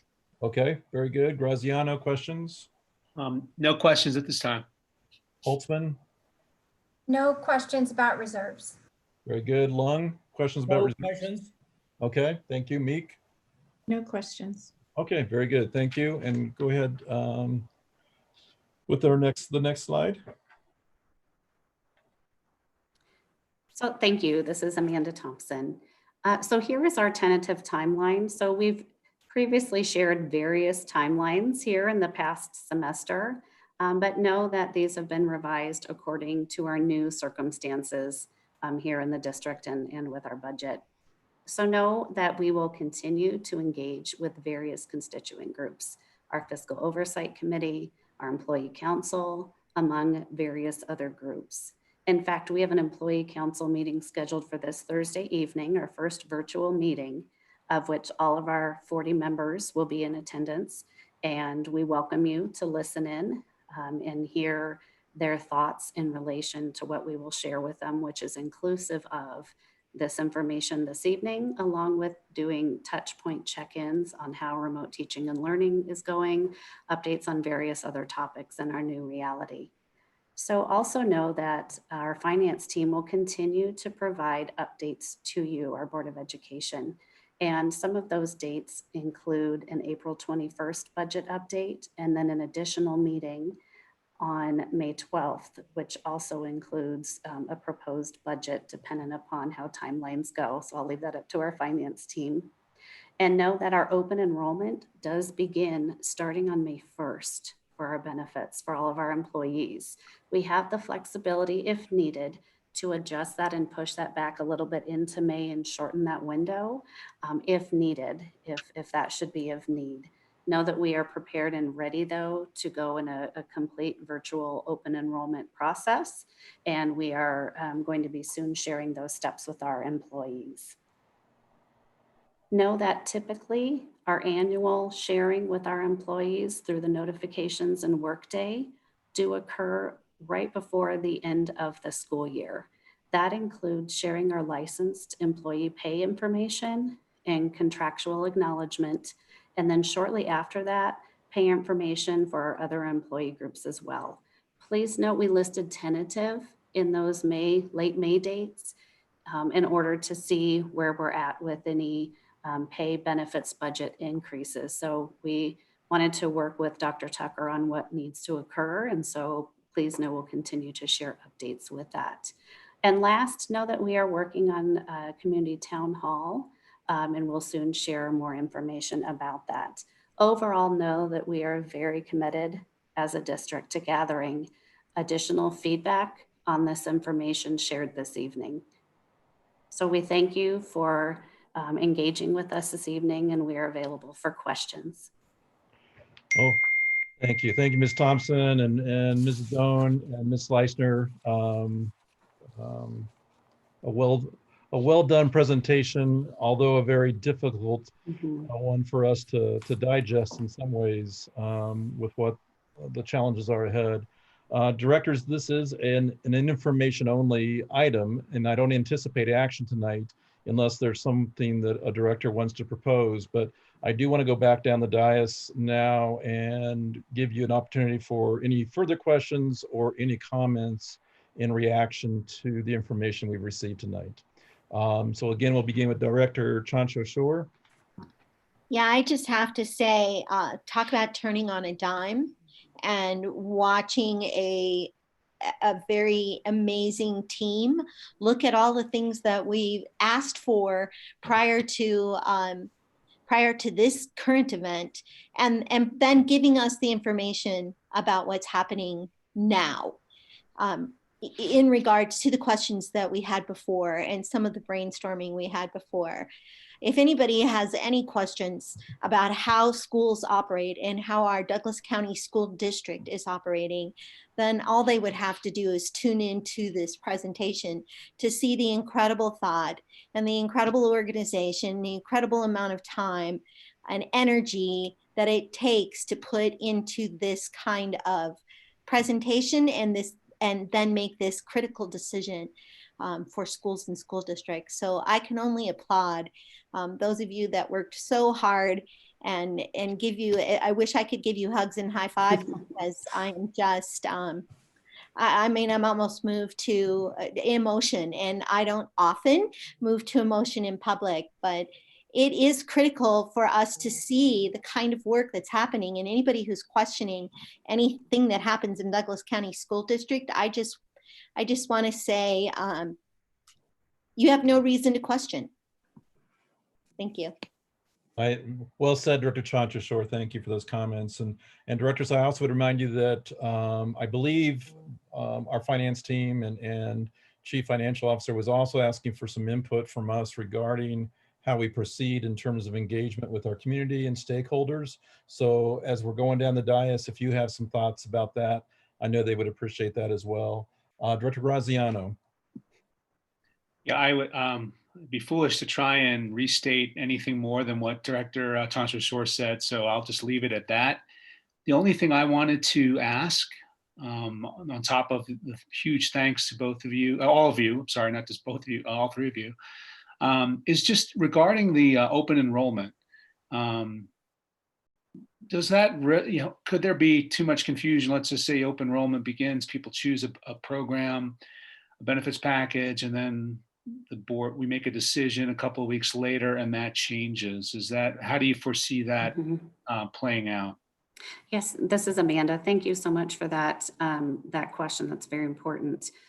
Yes, so part of what goes into the open enrollment preparation process is ensuring our employees know what benefits will mean in terms of cost to them in the coming year. So it would be beneficial for them to know this ahead of time in order for them to make the right choices for their family. And so as shared earlier, if it would be helpful for us to slightly delay the benefits open enrollment window to maybe the middle of May, we could have further conversation with Dr. Tucker about that. Very good. Is that anything else, Director Graziano? Okay. Director Holtzman. Thank you for the information. And I agree. I couldn't say it any better than Director Chancho Shore, but I hope you know that your board is very appreciative to all of you and to and beyond you, to other cabinet members, obviously Dr. Tucker and the rest of the staff, but this presentation and the information you've been able to provide as it changes day to day is just great. So I was going to also ask about the enrollment window, and I want to make sure, I mean, I think it sounds like delaying that might be helpful to our employees a little bit, but I also want to make sure as a board, we are giving you the guidance that you asked for in as timely a manner as we can. So I'm sensitive to that. I know we all are, and just would be open if we need to have a work session at some point, or to be able to just give our staff what they need. I would be open to that. I appreciate the employee council reach outs that you have scheduled, the town hall, and I'm just assuming also, and fiscal oversight committee also, I'm assuming that you'll be talking with, I think it's DLTs, our leaders in our building. And you may have already done that, but I just really appreciate the outreach you're doing with all of them also. Yes, thank you for that. We will continue to engage with our DLT leaders. And I know there's various level DLT, various opportunities to do so. So we will definitely work with our school leadership cabinet members to ensure that we are hearing their perspective and ensuring that their voices are heard as well. Thank you for that. Dr. Holtzman, okay. Director Long? Well, I'm not going to repeat, how many thanks that we're going to our staff, which they indeed do an amazing job. I would like to ask on the tentative timeline, is it possible we put in the legislative action over there? I'm not quite sure with the Capitol right now is, I don't know how the legislation meets. So I just wonder how would their action affecting our actions? When are they going to pass, their budget? How much can we be sure we'll get from them for next school years? How does the stimulate money will affecting this? So I just want to see maybe a couple entry over there to put their timeline over there. I mean, at least for my own information. So, and the second thing is, I just wonder, besides the employee council, how are we going to get input for the, we have 81 or 8,200 employee, and the employee council is excellent, and they give a lot of great feedback. But how are we going to invite more staff that give us input? Are we going to have some sort of a virtual town hall by feeder area? And I would like to see a bigger involvement from our staff, which will be greatly impacted, by this, to hear what they have to say. That's it. Yes. Oh, go ahead, Ms. Stone. To address your first question on the state budget, the Joint Budget Committee has not started formally discussing the long bill, which is the state's budget. The legislature is in a recess right now due to COVID-19. The state Supreme Court just recently approved that the 120-day legislative session does not have to be consecutive 120 days, which means that the legislative session does not need to end on May 6th anymore, as previously contemplated. The early indication is that they will be discussing School Finance Act in late May, early June. The legislation still requires that the state adopt the long bill and the School Finance Act by the end of June, as the fiscal year begins in July. So that will happen by law, but we don't have a date yet as to when they will actually be voting upon the School Finance Act. But guess is right now late May, early June. So I think to capitalize on Director Lung's point, maybe on this slide, if we would add that notion that the School Finance Act legislative update will occur in late May, early June, just so we have a placeholder for that, I think is what Director Lung was advocating for. And I would agree. And I think you stated it well too, Mrs. Doan, in terms of the expectation is that we should have that information by then. Can I ask one more question? Can I make one more comment? Go ahead, Director Lung.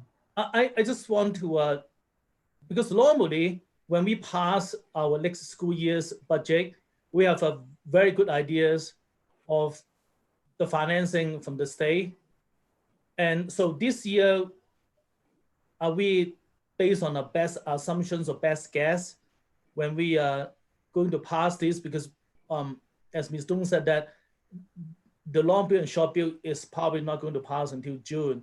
And we probably need to finalize a budget by May. So there is some sort of time discrepancy between when we pass ours and when the legislature actually passed theirs. And that is the concern that I have, how we could get the best data to make the decision.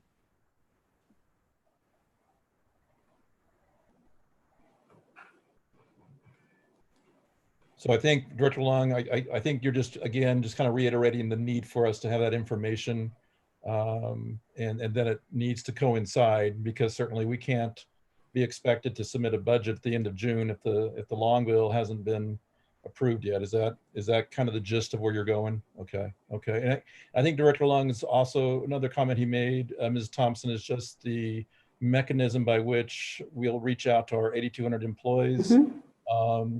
Certainly we're grateful that you're broadcasting the employee council meeting on Thursday. Are there other plans to reach out to our other employees for feedback and input? Yes. Yes, we do. Director Ray, we are working through an internal community, employee community town hall, along with other opportunities for future town halls on other subjects. Okay, great, very good. All right, Director Meek, questions or comments? Sure, I just want to reiterate, and it's worth saying again, thank you for all of the work to pull this together. I mean, not only are you trying to follow an environment that's changing hour by hour, you're an individual with a family trying to deal with the crisis. I also want to acknowledge all of our teachers and all of our staff and our employees out there who are also living through these extraordinary times. And all of this information is probably pretty shocking to everyone. Not that this makes it any better, but every single school district in our state is dealing with this right now, trying to figure out how we move forward in this era of uncertainty. I can't help but just kind of share, I've been laying awake at night just remembering 2009. That's when we had H1N1. That's when the recession hit and we were entering budget cuts. And I remember helping to create presentations for every single SAC so they could weigh in locally, and having surveys out for community to weigh in. And I just want to mention, there are new tools today that are free, and they're online simulations where people can real time weigh in and provide their opinions. The beauty of that is it's not a one-time tool, it's an ongoing tool that you can change as things are changing. So I would encourage the district to potentially look at that as an engagement tool as it's looking at town halls and forums. And back in 2009, we didn't have a quarantine happening. So we're trying to figure out, how do we engage our community and keep them informed in an environment with all of these constraints like we've never had before. So I just want to say thank you to all of our employees for working in these extraordinary times and going above and beyond. And thank all of our cabinet for working as hard as they are working And I can't say it any better than Director Chancho Shore. Thank you very much for everything. And I would just really encourage us to be thinking through all of our community groups that we need to be engaging between now and when we have to make the decisions that we need to make on the budget. Very good. Thank you, Director Meek. And I actually think that was the guidance that we were being sought to give, is what groups should we tap into as we move through this difficult journey. And again, I would also pause and just say, well-deserved accolades. I hope that you guys all hear those loud and clear first and foremost. But at the same time, being the task master here, I think we also need to move forward with some clear expectations about where we go. And I'm wondering from the finance team and Mrs. Thompson, are you needing the board to give some direction regarding these options that you've laid out? Would it be helpful for us to target that on our next meeting to give you more specific guidance around those options? And I guess in turn, I would say, I would anticipate board directors would also say they would need, in order to give more input about those options, they would also want that stakeholder feedback. But is that, finance team and Amanda Thompson, is that the guidance you're needing from the board as far as we anticipate our next board meeting?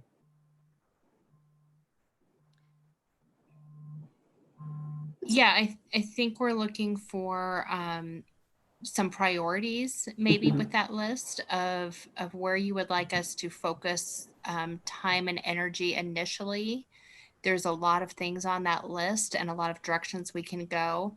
So maybe just prioritizing those for us of where to get the feedback and where to spend most of our time. Other comments from any of you on that? Thank you. I would just echo what Janet just shared as well. And we'd also want to ensure that we're working with Dr. Tucker on that process as well. So if I'm understanding correctly, best case scenario, if there is a best case scenario, we're looking for about an $11.8 million fix to balance our budget. Because if you will look at the 8.4 of the increased expenses that no longer can be absorbed with if we don't get increased revenue, plus the least expensive scenario was a 3.4 million scenario. Am I understanding that correctly, that really is the work ahead of us, is to come with a solution or to begin looking at how we can engage our stakeholders to help us find a solution for this at least an $11.8 million fix? Yes, that would be very helpful for us as you work through what that looks like. Just know that we would be committed to any final decisions that were made about compensation and any budget cuts, et cetera, in order to ensure that we could implement that in a timely manner as we look into next year. So thank you for that. Okay, Director. So I think I think this conversation, let's continue this conversation as we talk about our committees later on in our agenda. I think we need to get clear about what groups, like Director Meek had questioned, what groups do we need to tap as we move towards trying to balance our budget, if you will, and anticipate what we are faced with. So we'll have more conversation about that to hopefully give staff some ideas about what we might need as far as stakeholder response and stakeholder engagement. If there's a comment, would you guys just wave at me in your window if you want to make another comment about that? Director Holtzman? Yeah, I'm just a little bit concerned. I just want to clarify that they're not asking for priorities in terms of the ways to possibly seek new revenue or have to look at expense cuts. Are they not looking for those priorities until April 21st? Because there's only a couple weeks after that before the May 12th meeting. So I guess I want to make sure that they're getting the priorities that they're asking for and that we have time to discuss them. But waiting until April 21st also makes a lot of sense since we'll have hopefully more budget information. So that's my understanding, is that the 21st would be when we would give some direction about priorities. Is that correct, finance team and Amanda Thompson? Yes, that's correct. And know that there's just a lot of risk out there as far as when we're going to know the information to build the budget. So yes. Susan, I saw your hand also, I think. Director Meek, I'm sorry. Yes. So I think in order to give direction in April, we need feedback from teachers, from classified, from parents. I mean, and from students. I think those are the big communities that we need to engage. And I think that engagement needs to start fairly immediately in order to allow for us to get information back in time to make decisions. Yes, and please know, Director Meek, we do have that. We're starting off with Employee Council in 2 days. And so that will be one of our first levels of engagement with this group that is consistent as we look at all employee groups. So this will be that first sharing and engagement with others to come through the various committees that we shared this evening. And in addition to our town hall meeting that we are finalizing preparation and dates for. That's great. I wasn't sure the town hall that was mentioned dedicated for parents and community, that's specific to budget, or is that more than budget? I'll go ahead and speak to that. Can everyone hear me? Yes, go ahead, Dr. Tucker. The first level of engagement, as Amanda mentioned, will be on Thursday from 4 to 6:30 for our town hall meeting with Employee Council. We're going to take feedback from that group and have at least 2 other town hall meetings. And we're working closely with Mr. Sethi to arrange that. The first town hall meeting will be with our staff, our largest staff. And that's the beauty of this technology. We don't have to do regional town hall meetings anymore. Everyone can call in. It's unlimited number of people who can call in. So first with our staff, that means our classified, certified staff, pro tech, all of our 8,400 employees, we want you to take part in it. Our second town hall meeting will encompass our parents and our students, and we'll ask for feedback there. Thank you, Dr. Tucker. And I think just to reiterate Director Holtzman's concern around timeline, do you feel it's realistic to have those 2 town halls completed before our board meeting on the 21st? We will certainly have, well, it'll actually be 3. We'll have 2 of the 3 for certain completed. Employee Council on Thursday, we'll get their feedback, and then we'll schedule the other 2 town hall meetings. And we certainly want our board members to take part as well and perhaps moderate some of the questions. Sure. I know we can get 2 of the 3. Again, it depends on the level of detail that we hear on Thursday when we talk with our employee council. Again, these folks here represent all employee groups across the district. Very good. Thank you for that. Well, very good. I think that, yes, that sounds like a plan moving forward. And I do think then we can look towards the 21st to really give more direction as a board based on what we've heard from our community and our staff as far as these options that have been laid out for us tonight.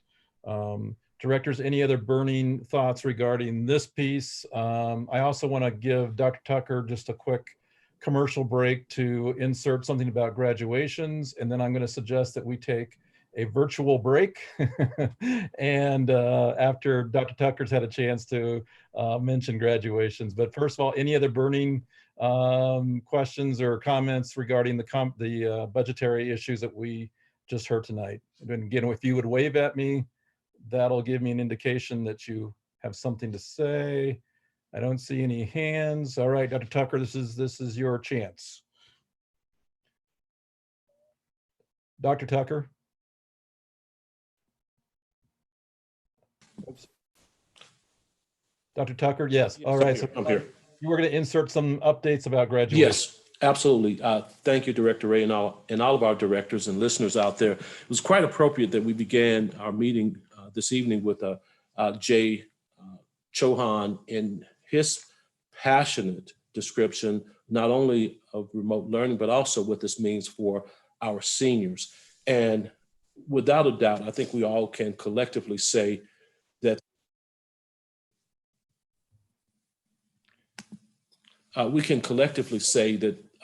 this COVID-19, this pandemic, has had the biggest impact on the class of 2020. I mean, it certainly tops our list here, and our kids are experiencing, parents and staff, all of us are experiencing emotions ranging from anger, fear, disappointment. Some of us feel as if their senior year and even the junior year with prom they've been ripped off.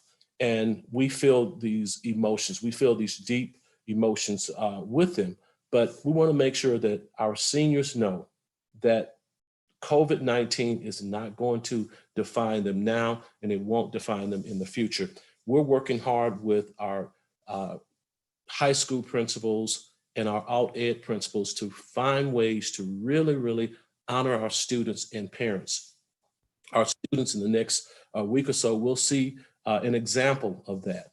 We've also set aside June 22nd as a possible graduation date, the week of June 22nd, the week of July 20th, and then if all else fails in terms of an in-person traditional graduation, at the end of July, we'll have virtual graduations for our students. And I want to thank our high school principals and alt ed principals and all the folks who've given us input, and parents. Parents have contacted me and contacted Ted Knight and other folks, and Marlena as well, regarding what we can do to honor our students. So again, I want our students to know that we're thinking about them. This impacts us as well, and we're going to be certain to honor our students the way Douglas County School District can, because we are Douglas County Schools.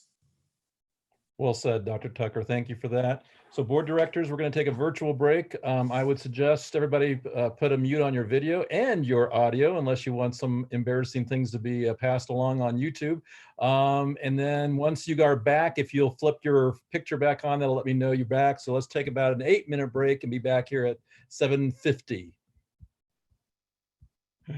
All right, you know what? We're going to go ahead and, because Director Graziano is giving me the wristwatch sign. So Director Lung, when he gets here, he can join in. The next thing on our agenda really is to, now that we've had our budget forecast, is to come back to the resolutions that we had passed regarding compensation, regarding the new compensation system. And obviously, there's a pretty significant impact on whether these resolutions that we passed in 2018 and also just recently, a couple of weeks ago, there's certainly now a significant impact on whether those resolutions can be carried out. You know, certainly there's been some incredible work done, and certainly I can't express enough how pleased we are with our staff, our employee council, and the work they've done to really dive deep into this notion of what our desired compensation system should look like. But obviously, given our budget forecast, it seems to put a damper on us moving forward with that. So, so I want to just pause for a minute, get your reactions about that, but then I'm thinking that we need to ultimately entertain a motion that would simply delay the directives in these resolutions until we have a more stable finance forecast that allows us to support that. So I'm going to first of all just go to questions, reactions about that, and then once we've done that, I'll entertain a motion. So questions, reactions, Director Chancho Shore. No questions. My reaction is I think our school district is giving us scenarios that are realistic scenarios. And that does put our resolutions into question. So that's my reaction. Yes, thank you for that. Director Graziano? I guess my reaction is, like so many things that we are tasked to that we're faced with, is I think we just are going to have to pivot and adapt to some new scenarios that weren't in place several weeks ago, and rethink some of these things. Very good, thank you. Director Holtzman? No questions. My reaction is just disappointment at the reality of our situation. So, but I have confidence that we will find a path forward as a team. So. Very good, thank you. Director Long? Oops, Director Long, I don't think your mute is on. Oh, well, I again, thank you, Ray. Thank our hardworking financial staff. I always have trust in them, and you know that I never think that this resolution is necessary in the first place, because I know that they will do the right thing, and suspending this give them a much more flexibility to deal with these fast changing situations. All right, thank you, Director Long. And Director Meek? I think my only question would be, as we engage our various communities, if there's a way to incorporate questions around what else can we do to help honor them and honor their work, that might be worth incorporating. I think, Douglas County has always struggled, I think, to be able to pay competitively. I think we're all very disheartened right now that we're not going to be able to move forward as quickly as we had hoped potentially. But as we're investigating various options moving forward, I think just looking at all different ways we can honor our employees. Yeah. Thank you, Director Meek, and I certainly agree, and I do appreciate what I feel our finance department is doing in terms of really holding harmless to not having any of our employees take a significant hit in terms of compensation. And I really appreciated our previous presentation, really looking at those items like health premiums and para contributions, and really still trying to look at ways to maintain those so that compensation doesn't go backwards. Because I agree with Director Meek, we still have a lot of work to do, and we know that we haven't kept up like we should have, and we certainly are still trying to get out from under some very flawed ways of compensating employees several years ago. And so, I'm disappointed too, like Director Holtzman had said, but at the same time, like Director Long has said, I'm very confident in our staff that they're making the best decisions possible with the restricted resources. So I see Director Chancha-Shore's hand. Yes, Director Chancha-Shore? Yeah, I guess I would also add just that, as educators and being in education, the only thing we know really in education that it's always changing. And educators, I know we can count on the fact that the educators in Douglas County, just like always, understand circumstances and understand the reality of the times. And educators are flexible beings. So I'm confident and competent that all our teachers and our staff will see things the same way the rest of the reality. Always in education, if you don't bend, you break. So you keep bending. Mm-hmm. Very good. Well said. And again, I think the excitement for me about the work that's been done is that it will be very easy to pick up right where we left off because of all the work that's been done and the foundation that's been laid and the expectations that are not only clear from our staff in terms of their desired state, but also from this board. And really is the purpose of these resolutions is to show our staff our commitment that as soon as possible, we want to honor them in terms of being compensated the way they deserve to be. So so certainly feel like that with the work is, I think Director Graziano, I think you texted me something along the lines of, we just for now are just temporarily putting it on the shelf. And that our hope is that once things settle in back to a normalcy, that we can take it back off the shelf and just pick up right where we left off without much fanfare. So, so with that, I would entertain a motion specific to delaying the directives from these resolutions until such time that our economic forecast can support them. I make a motions to delay implementing these resolutions until, should we say, January 2022? Good question, Director Long. And I don't know, I mean, I see where you're going, and I appreciate that we're trying to find a date specific. We might even make a motion to target a date to review. You know, not so much to say that we will start the implementation on a certain date, but that we're committed to reviewing the reactivation of these resolutions on such and such date. So, well, I'm looking at once we pass the resolutions, there seems to be only two ways to deal with this. One is to resend it. The second way is amend the resolutions to put in a specific date for implementations. But again, you know the Robert's rule better than I do, so that's why I put an artificial special day so we could pick that up during that time.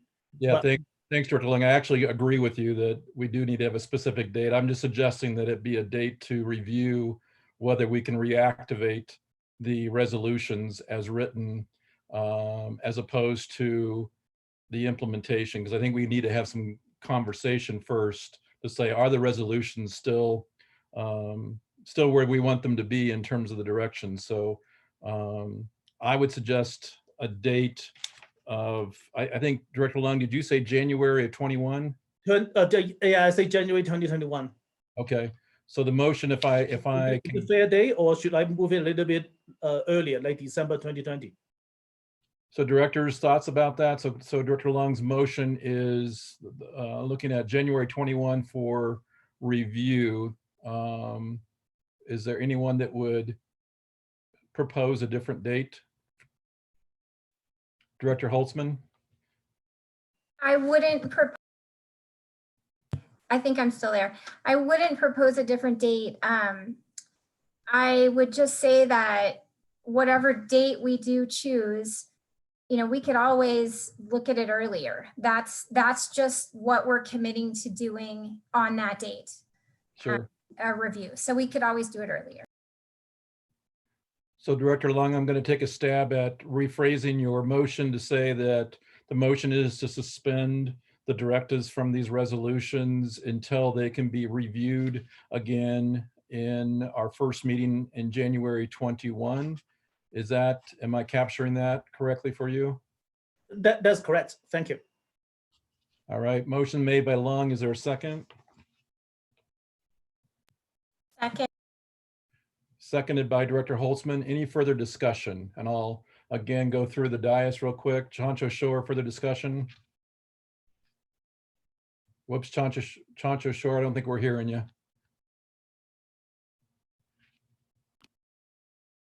Whoops, Christine, we still have you muted. No questions, no discussion. Okay, thank you, Director Graziano.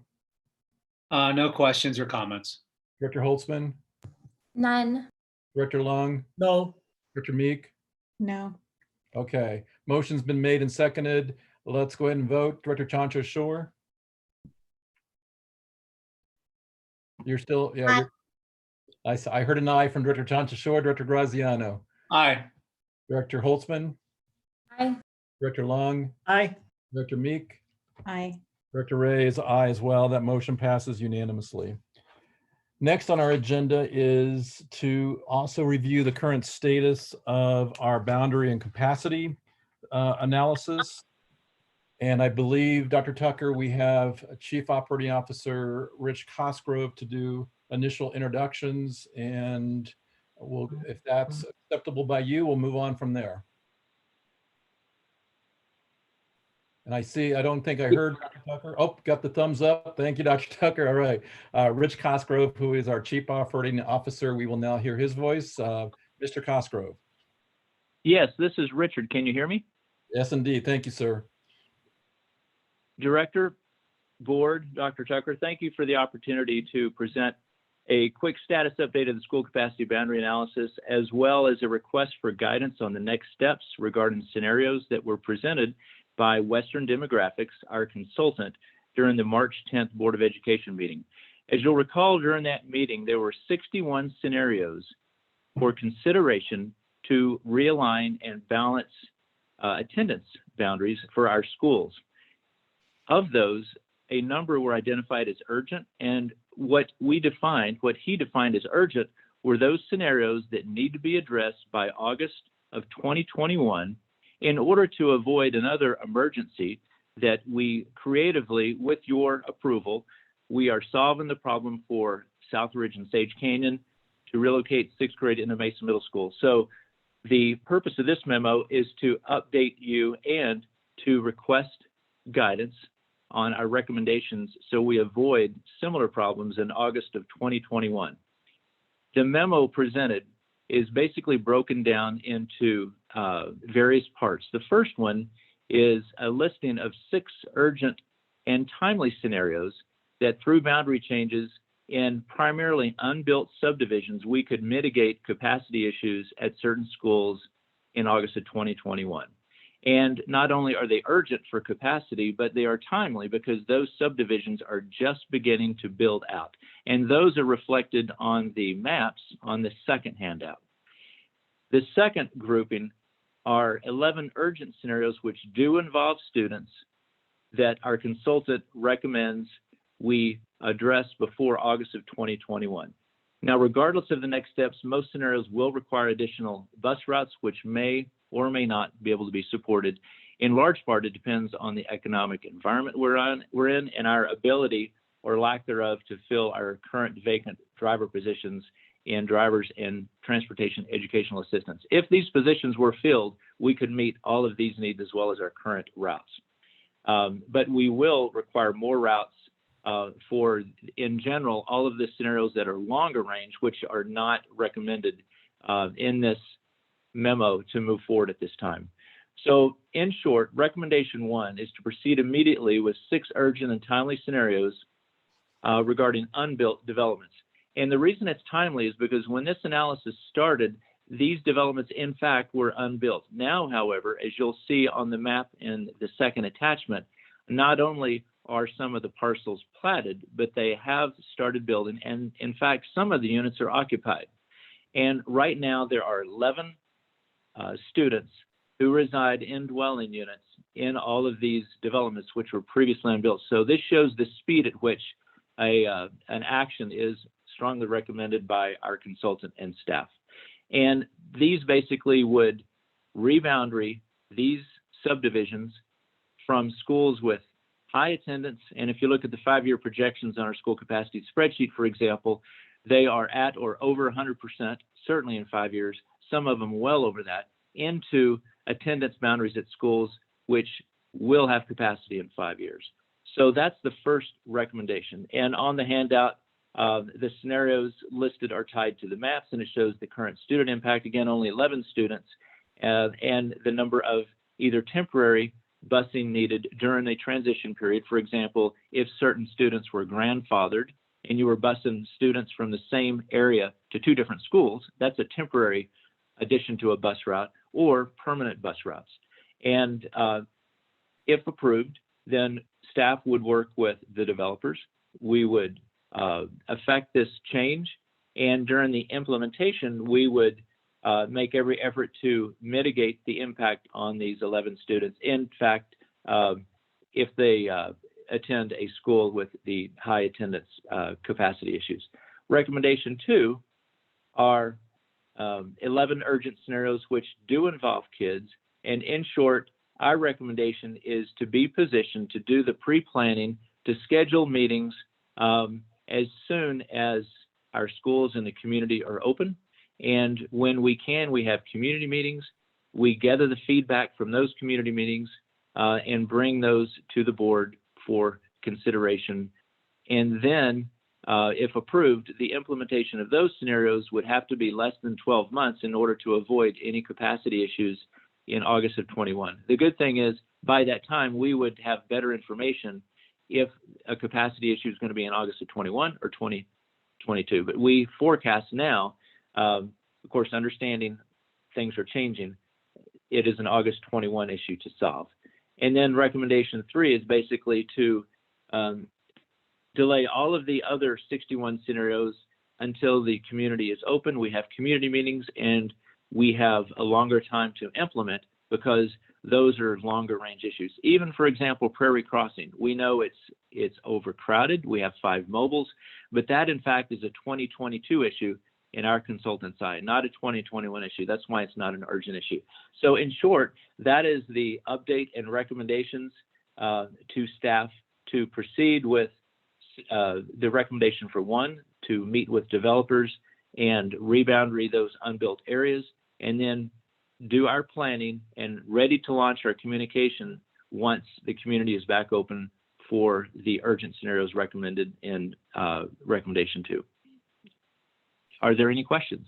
Very good. Thank you, Mr. Cosgrove, for that concise summary of the request. I guess I have a couple of questions. One is there a reason we're not aggressively going after the unbuilt areas? I know you said we have about 11 kids that are occupying those areas now, but is there a reason that we aren't trying to reboundary that for this coming fall, other than our concern of wanting to get as much developer feedback as possible? But I'm just thinking, you mentioned that there's some aggressive building going on, and I'm wondering, should we be even expediting even further for those unbuilt areas to say, let's get the boundary set now so that we don't have this issue of moving people a year later? Yes, sir. Thank you very much for the question. That is our desire. While the urgency is August of 21, if the board approves, we can immediately meet with the developers and target to have this implemented by August of 20.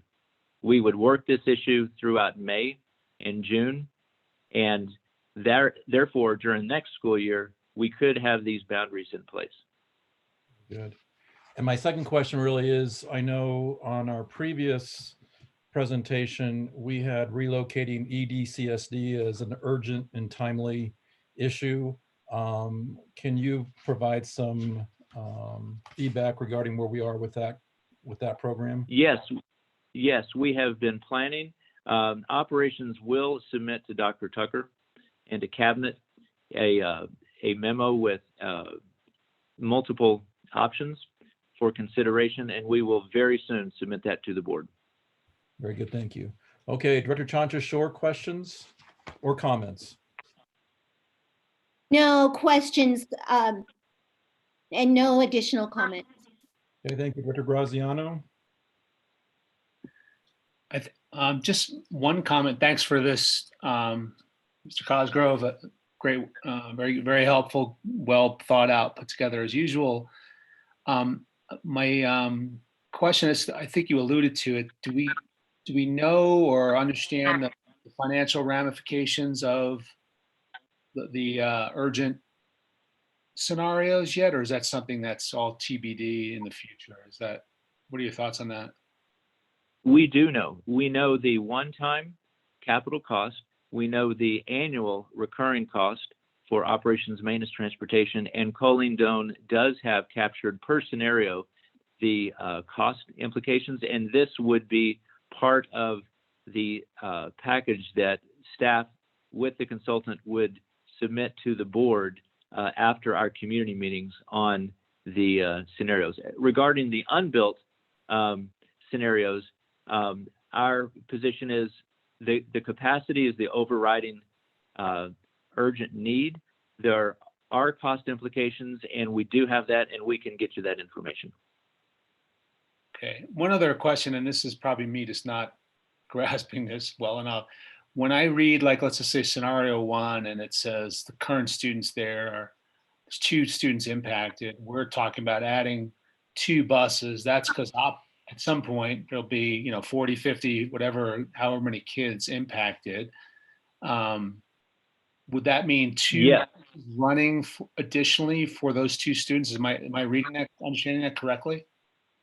Thank you for the question. I'm sorry I didn't clarify to begin with. The transportation impact is for that subdivision at build out. Thank you. Okay. Thank you. Thank you, Director Graziano. Any other questions? All No. right. Director Holtzman?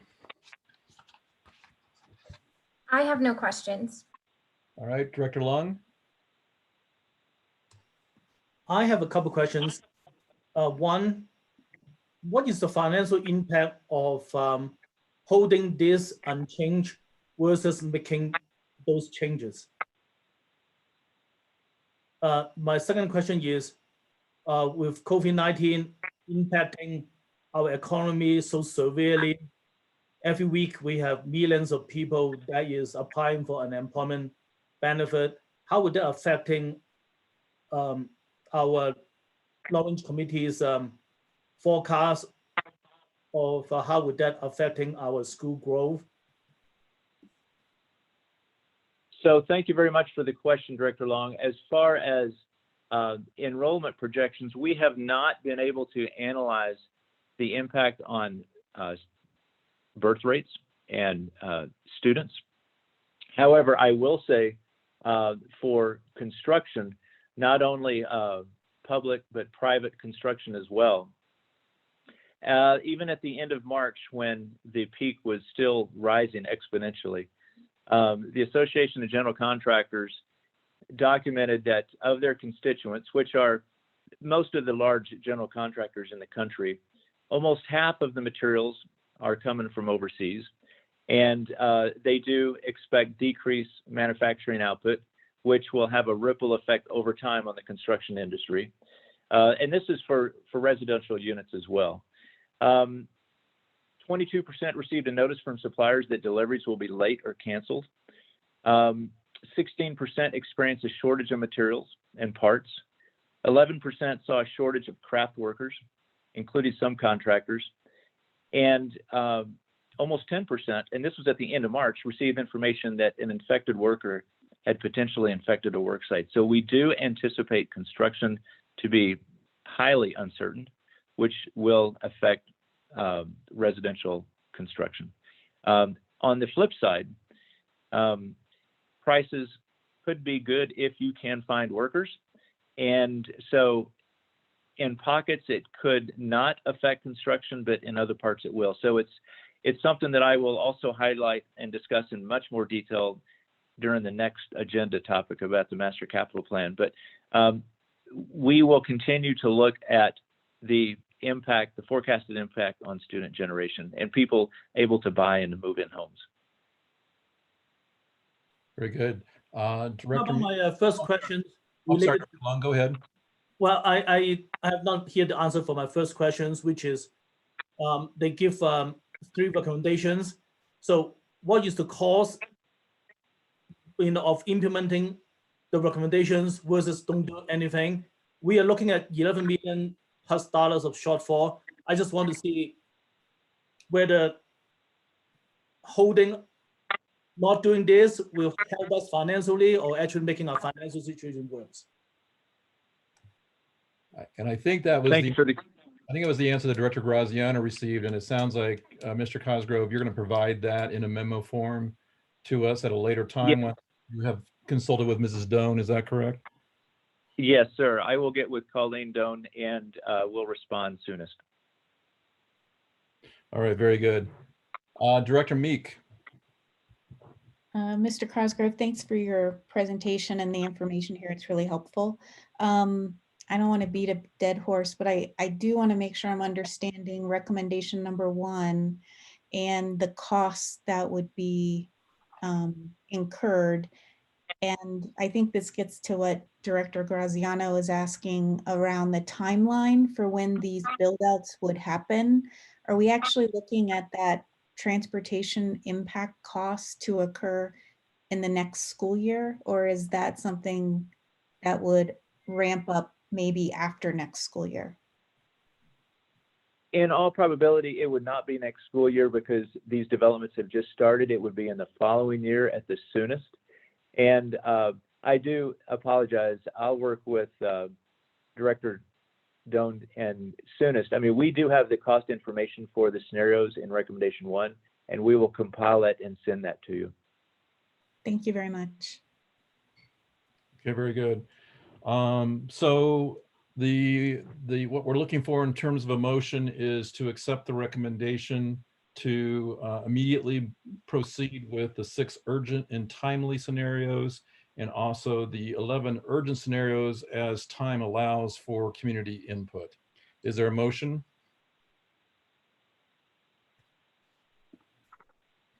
I move to proceed with the scenarios as presented. Second. Motion made by Director Meek and seconded by Director Holtzman. Any further discussion?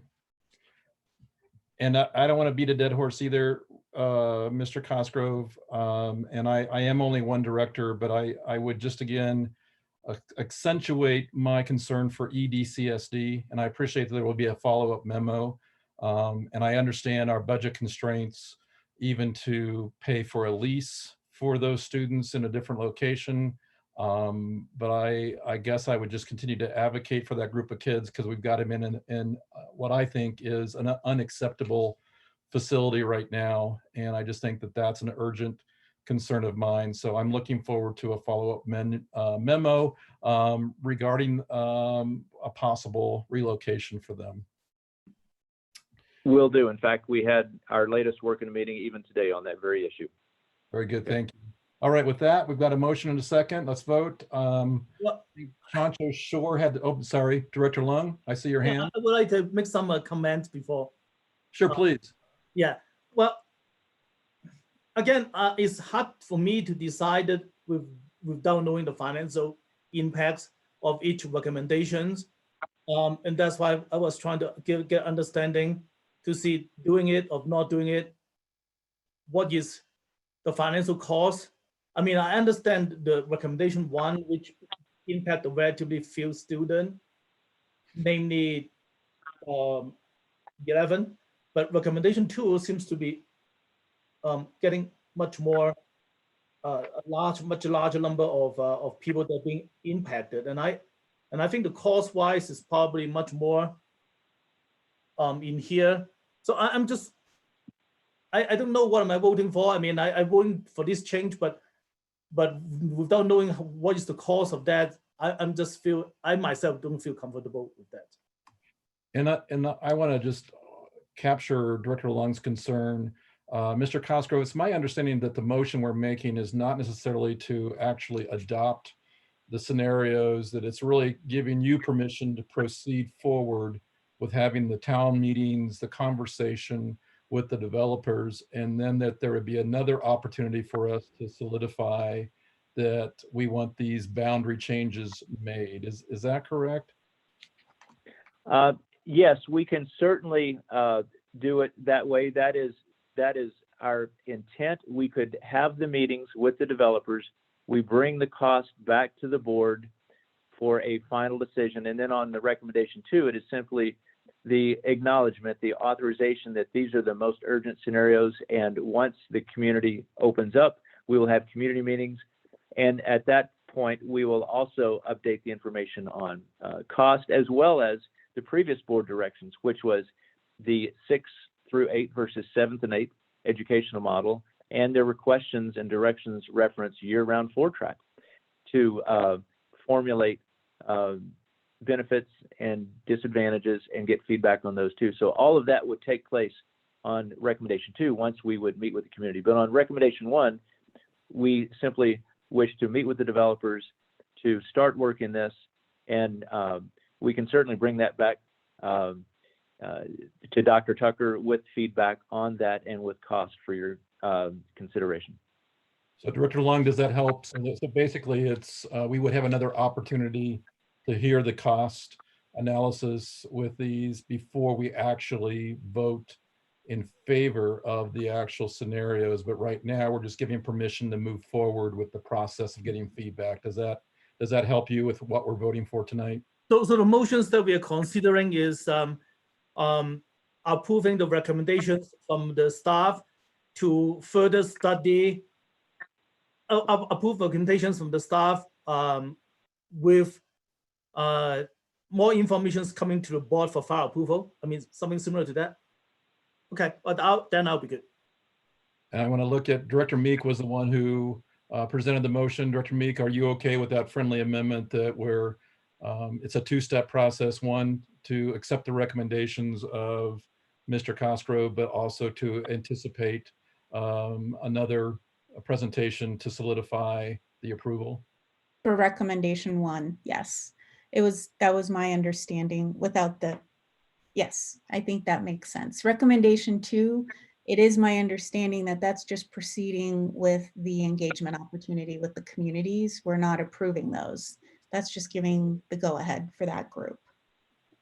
So yes, I agree with the friendly amendment to proceed with recommendation 1, having Mr. Cosgrove provide information with cost before us giving final approval.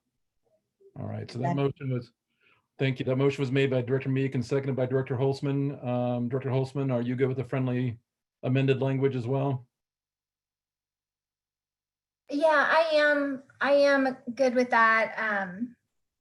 I'm hopeful that those recommendations in number 1 could be made in August 2020, just because I think it would be less impact on future families if we wait longer. So I'm hesitant because I just don't want to delay that, but I completely understand we need to know the cost. And so yes, I'm okay with that. So Mr. Cosgrove, it sounds like the recommendation number 1 has a minimal anticipated cost. Is that correct? Yes, and also we would work aggressively to have those meetings in April and come back to the board in May in time for August of 20 with all the information. Perfect. That's great. Okay. Directors, any further discussion? We've got a motion and a second. Any further discussion? Wave at me if you have. Seeing no waves, let's vote. Chancho Shore. I am going to abstain because I missed the conversation. I'm sorry. Okay, 1 abstention because I know Director Chancho Shore had to be absent for an emergency phone call. We hope everything's okay. Director Chancho Shore. Graziano? Aye. Director Holtzman? Aye. Director Long? Aye. Director Meek? Aye. Director Ray is an aye, so that motion passes 5 with 1 abstention. All right.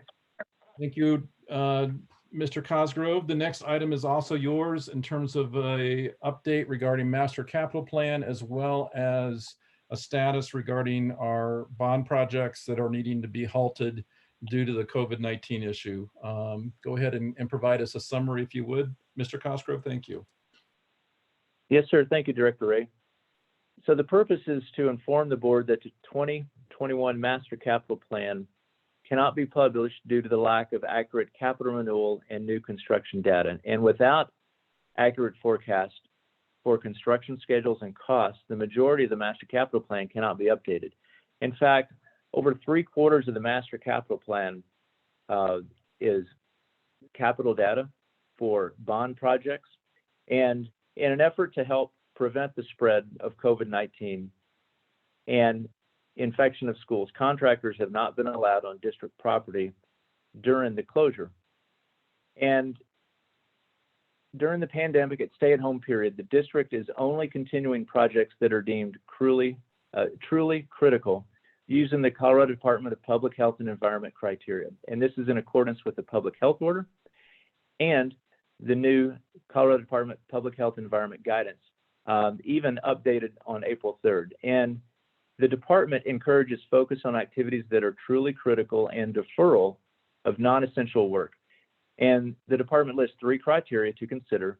And in large part, how we define truly critical projects are those that would cause significant damage to a building and or render the building unusable for its intended purpose if not addressed, and in need of emergency repair because of existing or imminent failure. Examples of such projects include utility infrastructure, heating and cooling infrastructure systems, and roofing. And I'm not talking a roofing leak, that our operations and maintenance special teams with all proper equipment, personal protective equipment, could repair. We're talking major roof leaks due to hail, wind, light, things like that. For example, we are proceeding now with an emergency project at Ponderosa High School to repair the hot water system that is affecting the lines within the building.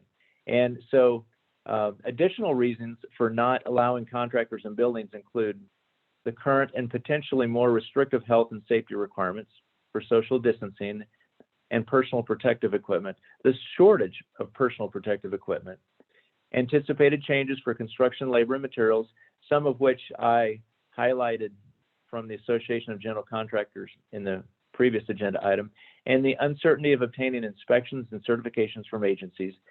And most of all, for the project scope, the risk of not completing projects on time so school learning is not impacted when schools are open. So we did lose construction time during spring break, but the moral imperative of our district, and as reflected in the CDPHE guidelines, is to prevent the spread of COVID-19.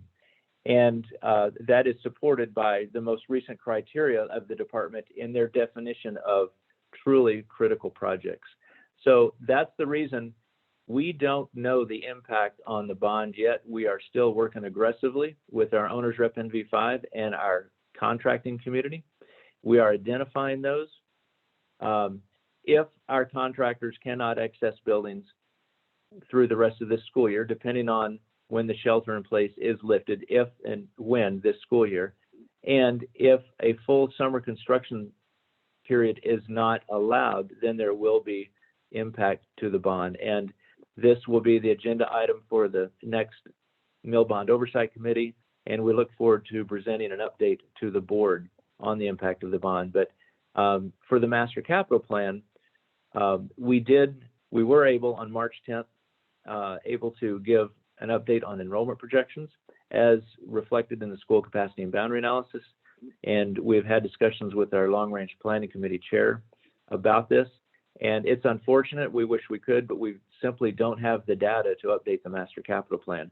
We could leave all the projects in there, but we would not know what projects to strip out or put back in next year, for example, if we took some out, because we're still determining how the 2020 summer construction schedule is going to look. Very good. Thank you, Mr. Cosgrove. So board directors, questions or comments regarding the position to pause non-critical bond projects, and or questions regarding the need to delay the master capital plan due to that pausing. So we'll start with Chancho Shore. Any questions or comments? No questions and comments, just thank you, Rich. Director Graziano? No questions. Yeah, I mean, thanks, Rich, for the update. Director Holtzman? Thank you. Director Lung? Well, I too want to thank you for the work, and I have a questions related to the contract that we signed with the contractor.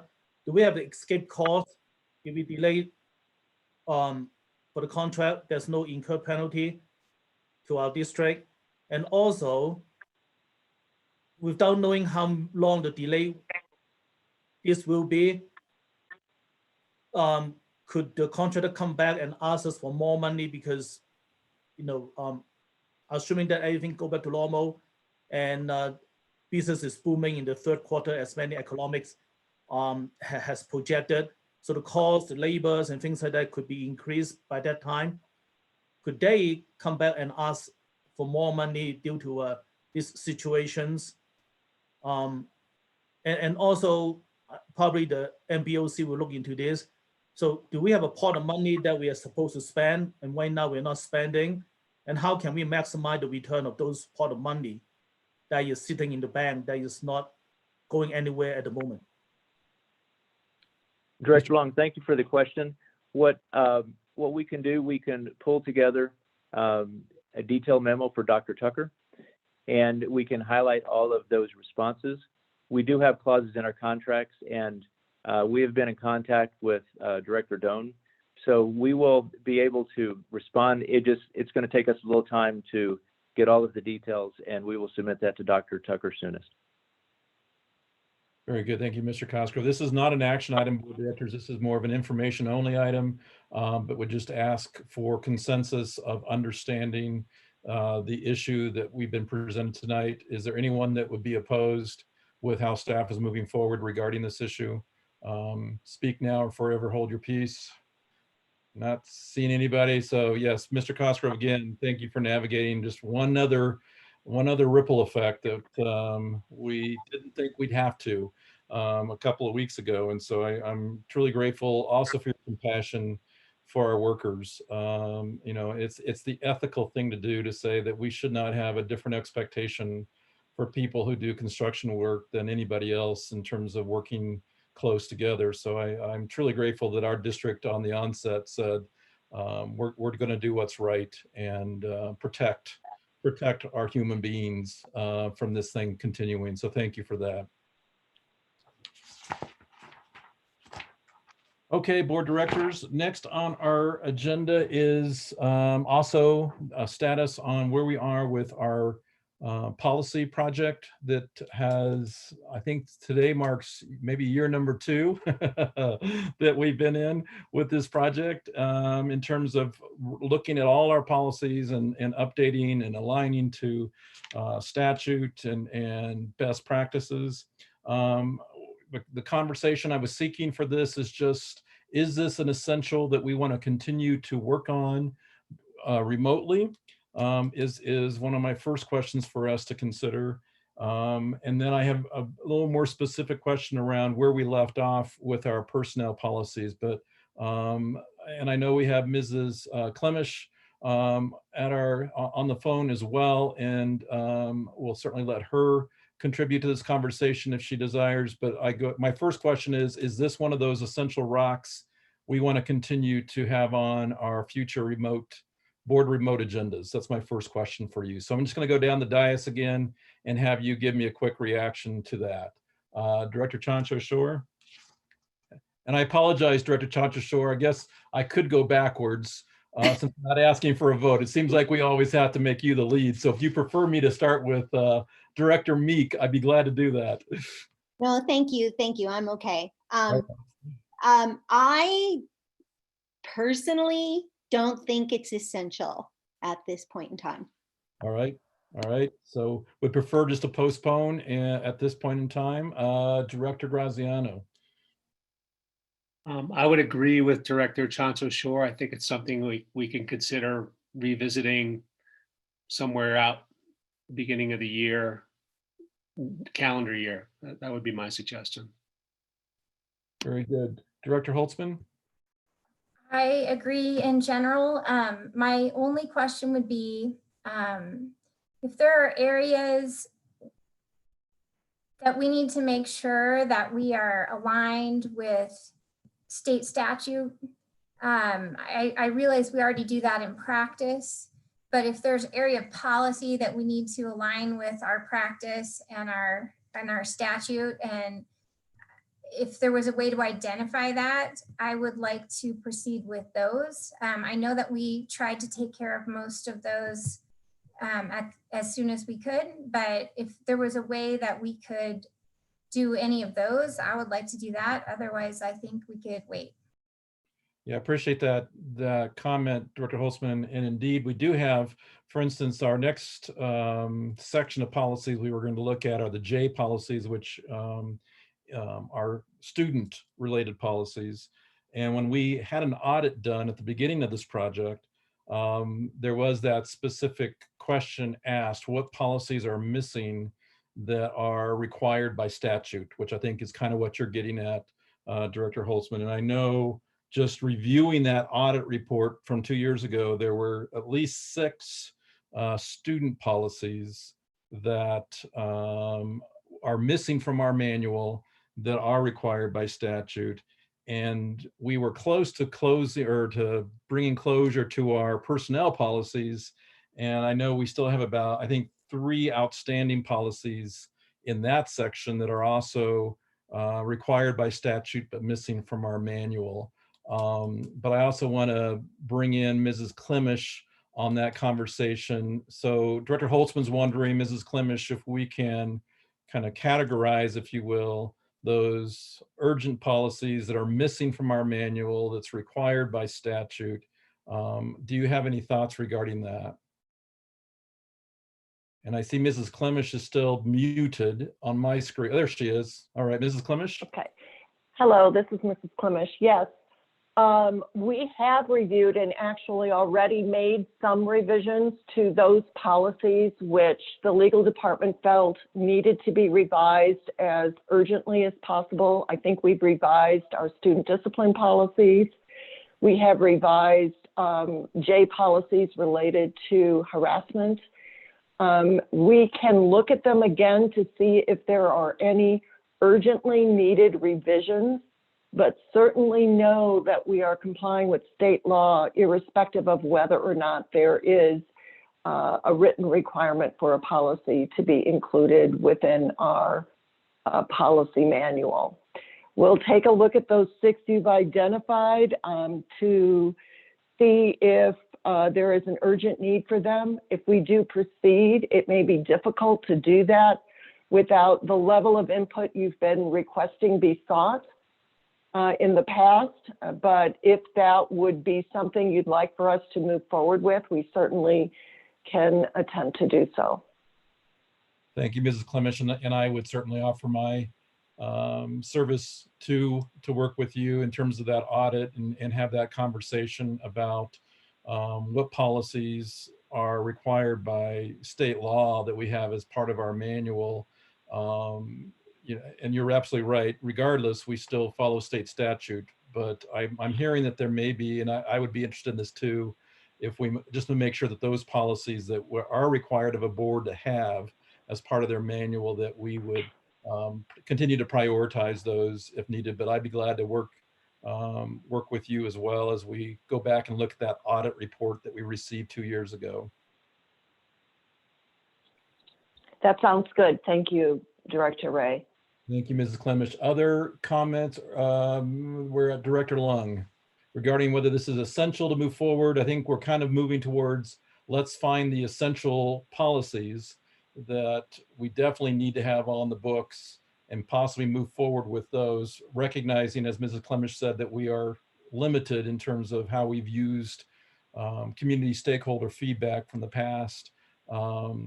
But these policies are certainly mandated to us by statute if we were to move forward. So again, the question is about the essential project and delaying it or not. Director Lung, go ahead. Well, in the last board meeting, we give Dr. Tucker a large latitude of doing things. So if we have something that which I don't believe that we have is not compliant with the state law, I'm sure that Dr. Tucker, with the power that we grant to him in the last board meeting, should be able to take care of that. I actually want to look into this whole things. I look at the other school district in the Metro Denver area. I don't see many of them has that many policy that they were passed by the other board. Many of those are actually under the superintendents. So I'm not quite sure whether the board need to have that many policy that is under us versus under the superintendents. So I, first of all, think that we are not violating anything, and we grant the superintendents the power in the last board meeting so that he can take care of that. And also, I want to revisit this entire policy that we passed, truly identify some of those policy belongs to a board, and then download the rest of the policy to the superintendents. That would be my preference in the long run. Thank you, Director Lung. And just to respond to a couple of things, the resolution we passed did not give Dr. Tucker authority to create new policy. It just gave him more liberty to be able to be more responsive to the policy that's already set. The second thing, I'm understanding you to say that you're questioning whether our policies are greater than other districts or quantity-wise, but I would remind all of us that CASB has been the common thread in terms of navigating this, and they have overseen, 176 districts or 178 districts that they're assisting with the policies. So I would be remiss if I thought that we have more policies than what we need. Certainly has been discussion is governance policies, which are a whole different manual that we haven't even begun to look at. All these policies that we're looking at are all considered district policies. What we have differentiated are the ones that the board still wants to have authority over versus the ones that we want to have the superintendent have sole authority over. So that was what we did at the very beginning of this project. So we did a sort, if you remember, and we sorted, these are the district policies the board still wants to have authority over. And these are the ones that we delegated to our superintendent to have that authority. So I just want to remind the intent of the project and the fact that we're using CASB as a consultant helps me feel like that we're comparable to what other districts are doing with their policy. Although Director Lung, you may be absolutely correct that if there's a policy governance manual, you're right. That should look very different than what ours currently looks. So going on to, I'm sorry, Director Lung, did you want to make another? Nope. Okay. I thought I heard something. Director Meek. So I'd love to have the conversation on policy governance later, but in regards to this question, I think unless there's an urgent need to a policy, our remote meeting nature is not the best operating procedure to have in place as we're updating and approving policies. Very good. So I think we're at consensus to say, let's look for policies that are absolutely urgent in nature due to the criteria that they need to be on the books based on statute. Otherwise, we'll delay continuing this project until such time that we can pick it up and pick up where we left off. So that's, I think, where we are. Any opposition to that? All right, seeing none. Let's move on to our next agenda item, which is, first of all, board reports. Just a quick couple of reminders to the board. One is agenda planning again this Friday at 10 o'clock. We'll do like what we've done. Mrs. Taylor has published the link for us to call in on. We also have this Saturday our board retreat / work session. And Director Meek and I have worked with Jolie Jones and Sarah Curto, our facilitators, to really make some modifications to make this work. Some of our goals certainly are for us to determine collective desired state as a board is one of the goals that we have for that work session. Refine our thinking around how to work together productively as a team. Explore conditions for good working relationships and efficacy as a team. Explore what is working and what adjustments we need to consider, and co-create our operational agreements grounded in our desired state, and then review and determine our priorities and next steps. So that's kind of a nutshell of the agenda topics, if you will, or the purpose of the topics that we were planning on taking on that day. We've abbreviated it to like 8 o'clock to 1 o'clock instead of a full day, knowing that it's a lot to sit in front of a screen. But I think, again, I'm excited about this work for us just to continue to have that vision of who we are as a team and how we're moving forward. So I did want to pause there and also tell you that there is some homework assignment coming your way tomorrow for that meeting. And just the homework assignment really is a lot of reflective kinds of work in terms of what you feel like your desired state is for this board, and reflecting on the values that we have set, our priorities, and just doing a lot of reflecting so that you have that individual reflection time before we actually come together in a virtual meeting. So I'm going to pause for a minute and just see if there's any questions regarding the agenda and the homework. Director Chancho Shore. I would just request that we are assured that Director Hansen can join us on Saturday, or we might need to postpone, given that she is one of our newest members, and it would be difficult for us to, or wouldn't be difficult for us, but we would be remiss if we didn't have her as a part of this particular meeting. Outstanding point and well taken. And I would agree 100% that if Director Hansen is unable to join us, and that there is no guilt on her part for not being able to do that, that we would cancel our Saturday session and postpone for a different time. Thank you for that, Director Chancho-Shore. Any other comments or questions regarding the retreat agenda or our Saturday work session? All right, seeing none. Vice President Holtzman, do you have any reports or comments? I really have no reports. Just continue to be grateful for the work of all of the Douglas County School District staff, and for the community, for the support that we've seen. And back to our staff, building leaders, teachers, it's just been incredible the way they've done group videos and really tried to maintain the relationship with their students. The way we give out our meals, we've been making sure our students have technology. I just really appreciate the way we've come together with our community, and I'm not surprised, but I'm really proud. Thank you for that, Director Holtzman. And I just, again, echo that, as well as Director Holtzman and I having the honor of serving on the crisis team on behalf of the board.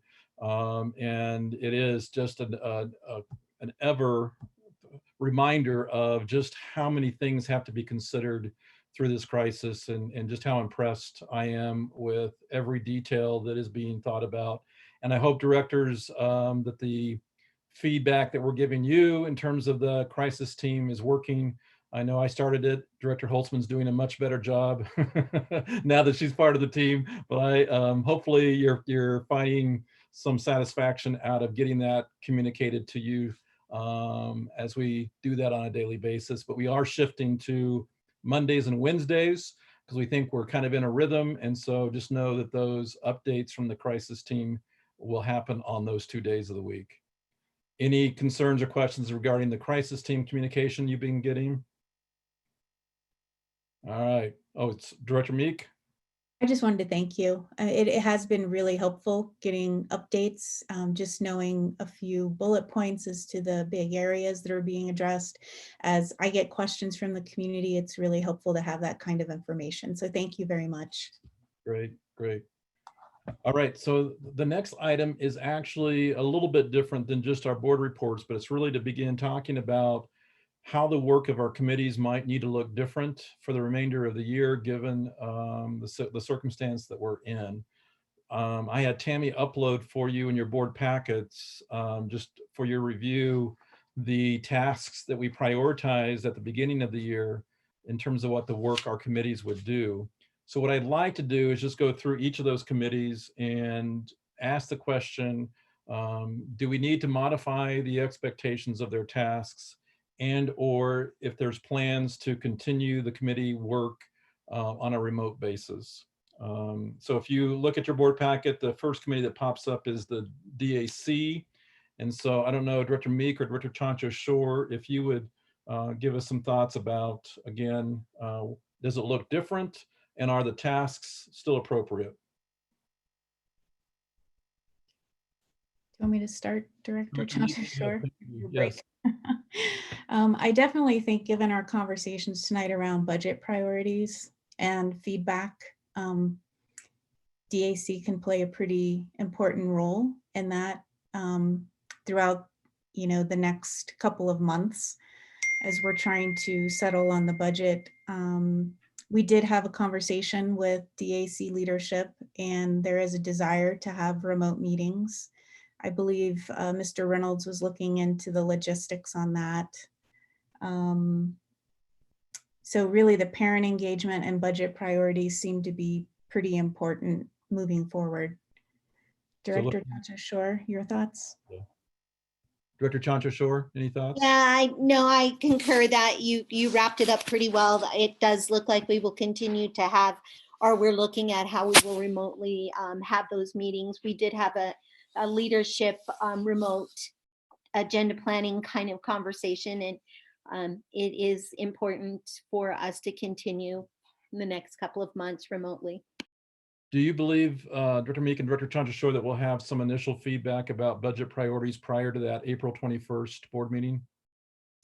They actually had a wonderful presentation ready to go before all of this hit. So every single SAC has weighed in with budget from our neighborhood schools, and that information was ready to present. It's still obviously worth looking at. However, we are in a different situation now. And do you anticipate the list of things that the finance team presented to us tonight, that would be some information you would present back to DAC to get their feedback and input as well? I think that would be, Yes. Yes, I think that's what we would like to do. And I know that Mr. Reynolds would participate in helping us move that forward. He's looking at how we can present that. So yes, I think they would be a great committee for us to vet through. Very good. All right, thank you. And actually work with them as well, talking about how we can reach out to our SACs potentially. I'm aware of SACs are currently, many SACs are still having meetings remotely as well. Mhm. Sure, very good. Okay, thank you. Any questions for our liaisons to DAC before we move on to the next committee? All right, seeing none, let's move on to FOC. Director Graziano or Director Lung, thoughts regarding moving forward with FOC?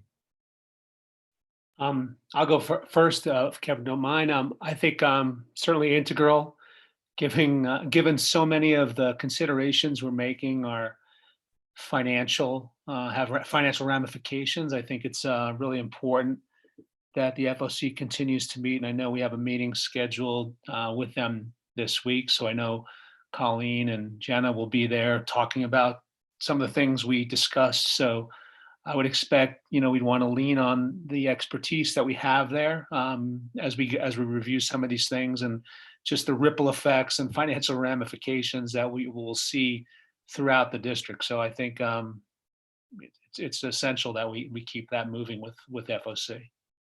Very good. Director Long, anything you want to add to that? Well, I 100% agree with what Director Graziano said, but looking at what the FOC is chartered to do this year, I think most of those are not relevant. They, as Director Graziano said, that they probably should be focused on the financial situations. So I don't think review SBB is something that they are going to do. Neither does participate in the board's policy manual revision project. So I think number 2 and number 4 is definitely not relevant anymore. Since those are passed by the board to ask them to do, I do not know whether we need to revise them. So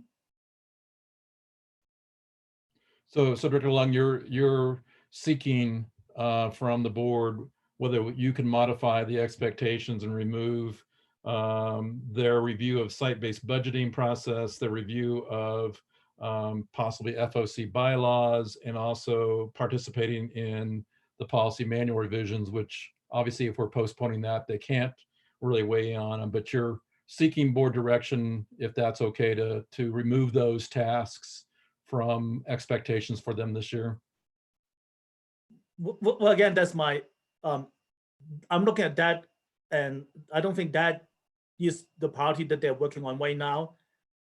And I just want to ask Dr. Graziano and see what his thought is.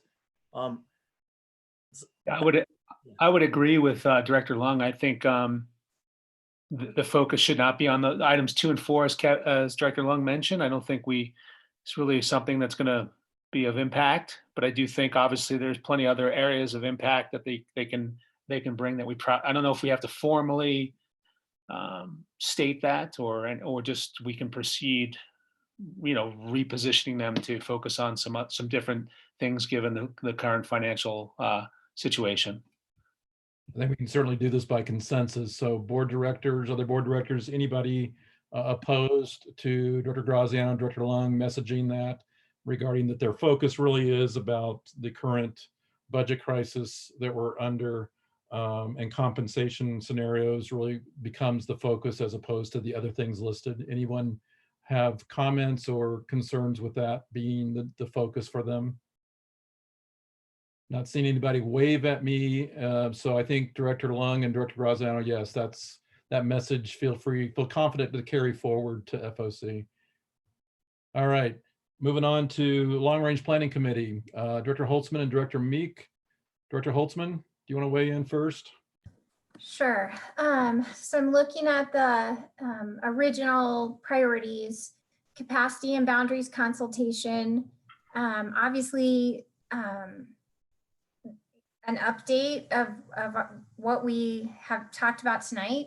I think that it's important for them to continue to be involved and updated on what's going on with that, because they still will be involved at whatever point we're able to do community meetings with that second group and then later with the third group. So master capital plan, again, I think they've actually, I know they have already received an update from staff in regards to the master capital plan. So there won't be a lot of work for them to do on that. So obviously that won't be a priority for them for the rest of this year. And then property, facility, and lease inventory. I think that one's a little bit tougher.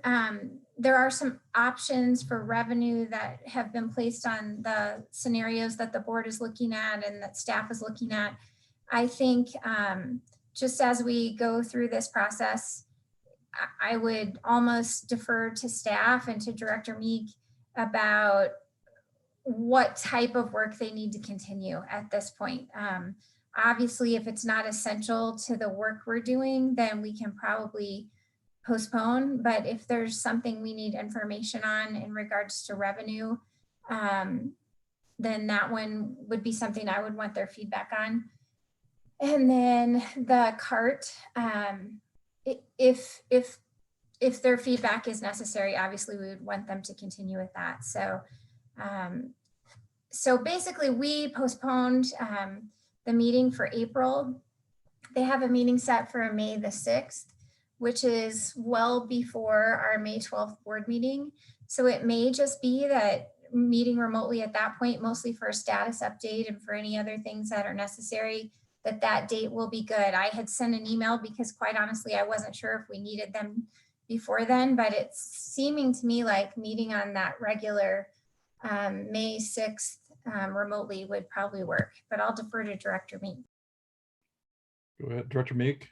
Yeah, I have nothing to add, really. I think that's a great update. And I do think just having the LRPC look at any revenue options may be something that is important to have them weigh in on between now and our budget decision process time. Very good. And I see we have Mr. Cosgrove still on the line.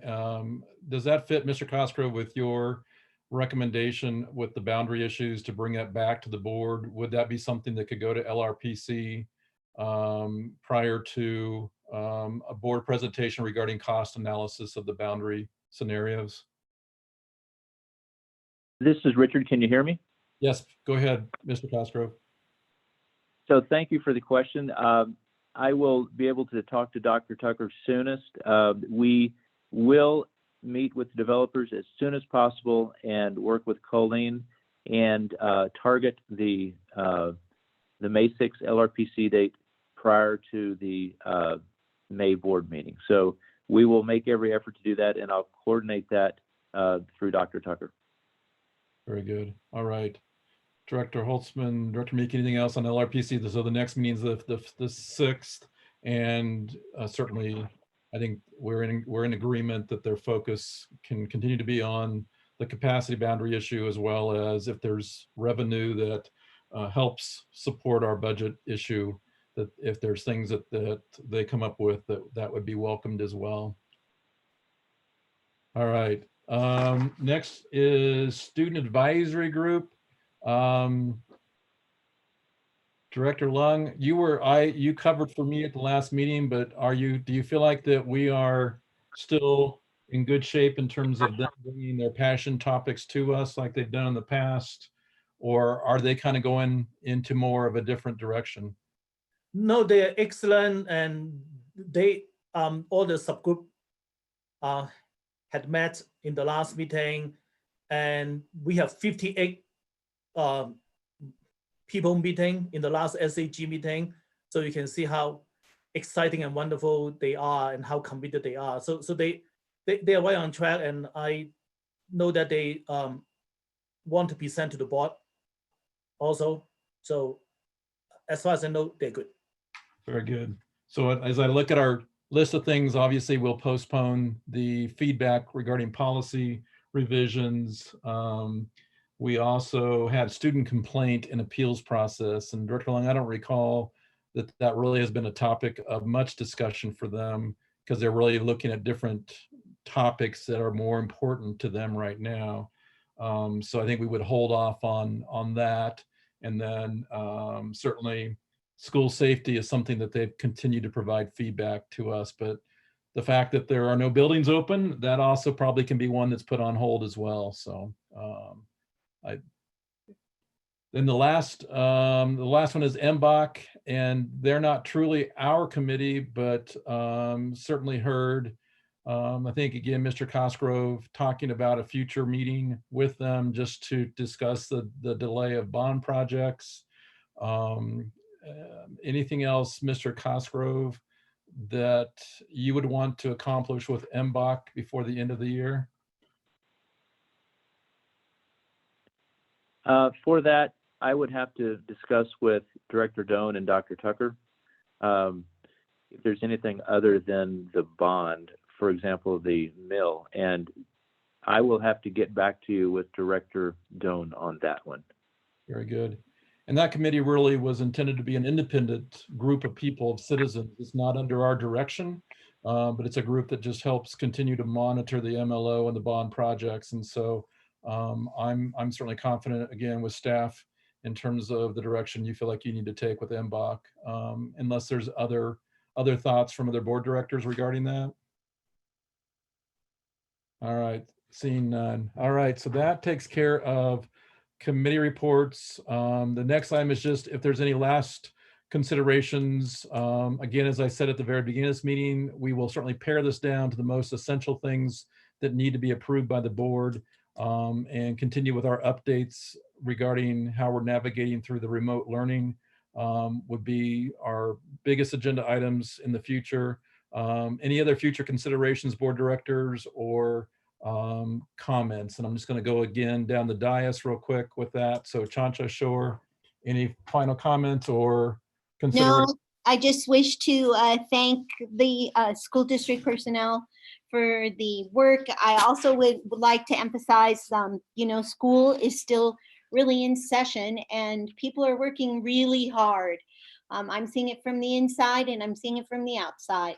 I have 5 grandkids going to school in DCSD at 3 different schools, and I can see how connected their teachers are trying to be with them and appreciate the hard work that's happening behind the scenes. So I know it looks different than what is happening because it's so remote and it's being done remotely. So just wanted to emphasize again that school work continues and is even harder maybe in some cases than it usually is. So thank you, staff. Thank you, Dr. Chansha Shore. Director Graziano, final remarks or considerations? Just no comments, just a quick, again, thank you for, everyone on the staff staying happy, transmitting hope on all these calls. I mean, I know we're faced with a lot of difficult challenges, but ultimately the responses, the effort I'm seeing is that there is so much hope in what's being transmitted. So I'm really thankful for all of that and to everyone within the DCSD community. Very good. Thank you, Director Graziano. Director Holtzman? Really just thank you again. And this has just made me even prouder to be a part of the Douglas County School District family. And I hope that on the other side of this, that everyone is going to feel that way. So. Good. Thank you, Dr. Holtzman. Director Long? Well, I 100% agree with what Dr. Chansha said, but I also want to thank President Ray and Vice President Holtzman and the other crisis team member, which is our cabinet. And you provide us excellent update of what's going on. And the crisis team did a wonderful job. And many of the other school districts look upon us as example of how to run a meeting. For example, we have a public comment, which is the other school district does not. So I'm proud of my colleague, and I'm proud of the administration's work, and also our volunteer in the board committee. They also come out and participate even during this difficult time. Thank you. Thank you, Director Lung. Director Meek? So I just want to add, our lives have been turned upside down over the past couple of weeks, and the size and scope of the change has just been overwhelming. And I guess proud is the word I want to say again. Just so proud to see how Douglas County's community, our staff, our teachers have risen to that challenge. And it's amazing to be part of that. I want to encourage us to continue to work together as we chart this new course, and hopefully it'll lead us stronger and more united. We have this opportunity in front of us, and I know we'll rise to that. And I came across the statement from another school in another state, but I kind of felt like I couldn't say it any better. So I thought I will just share that. Our schools may be empty, but our hearts are full. Learning is at a distance, but we are still here for you. Students, we miss you. Parents, we support you. Teachers and staff, we truly appreciate you. We hope to be able to join together again soon. Times have changed, but our commitment to our students' success and achievement remains the same. So I'll end that with Douglas County is just blessed with a strong community, and we will persevere through this, and just so excited to be part of this community. Thank you. Thank you, Director Meek, for those great words. And again, I get to say ditto to everything that's been said. I would also just call out or do a shout out to Gautam Sethi, Mike Riley, and Chris Shalene, who are the behind the scenes people for making this happen. As Director Lung said, I think we have a lot to be proud about. Next time we're going to start right on time. But other than that, I think we have a really good format for our meeting. And like Director Lung said, proud that we were able to bring in public comment as well. But I wanted to thank those three individuals in particular, because they have been amazing in terms of just supporting us in making this work. So thanks to them. Dr. Tucker as well. Can't thank you enough for what's on your shoulders right now is immense, and just know that you've got a board that's backing you 200%, and we'll continue to, as Director Meek said, we'll continue to be better because of this, and I'm convinced of that as well. So thank you, board directors. With that, I will entertain a motion for adjournment.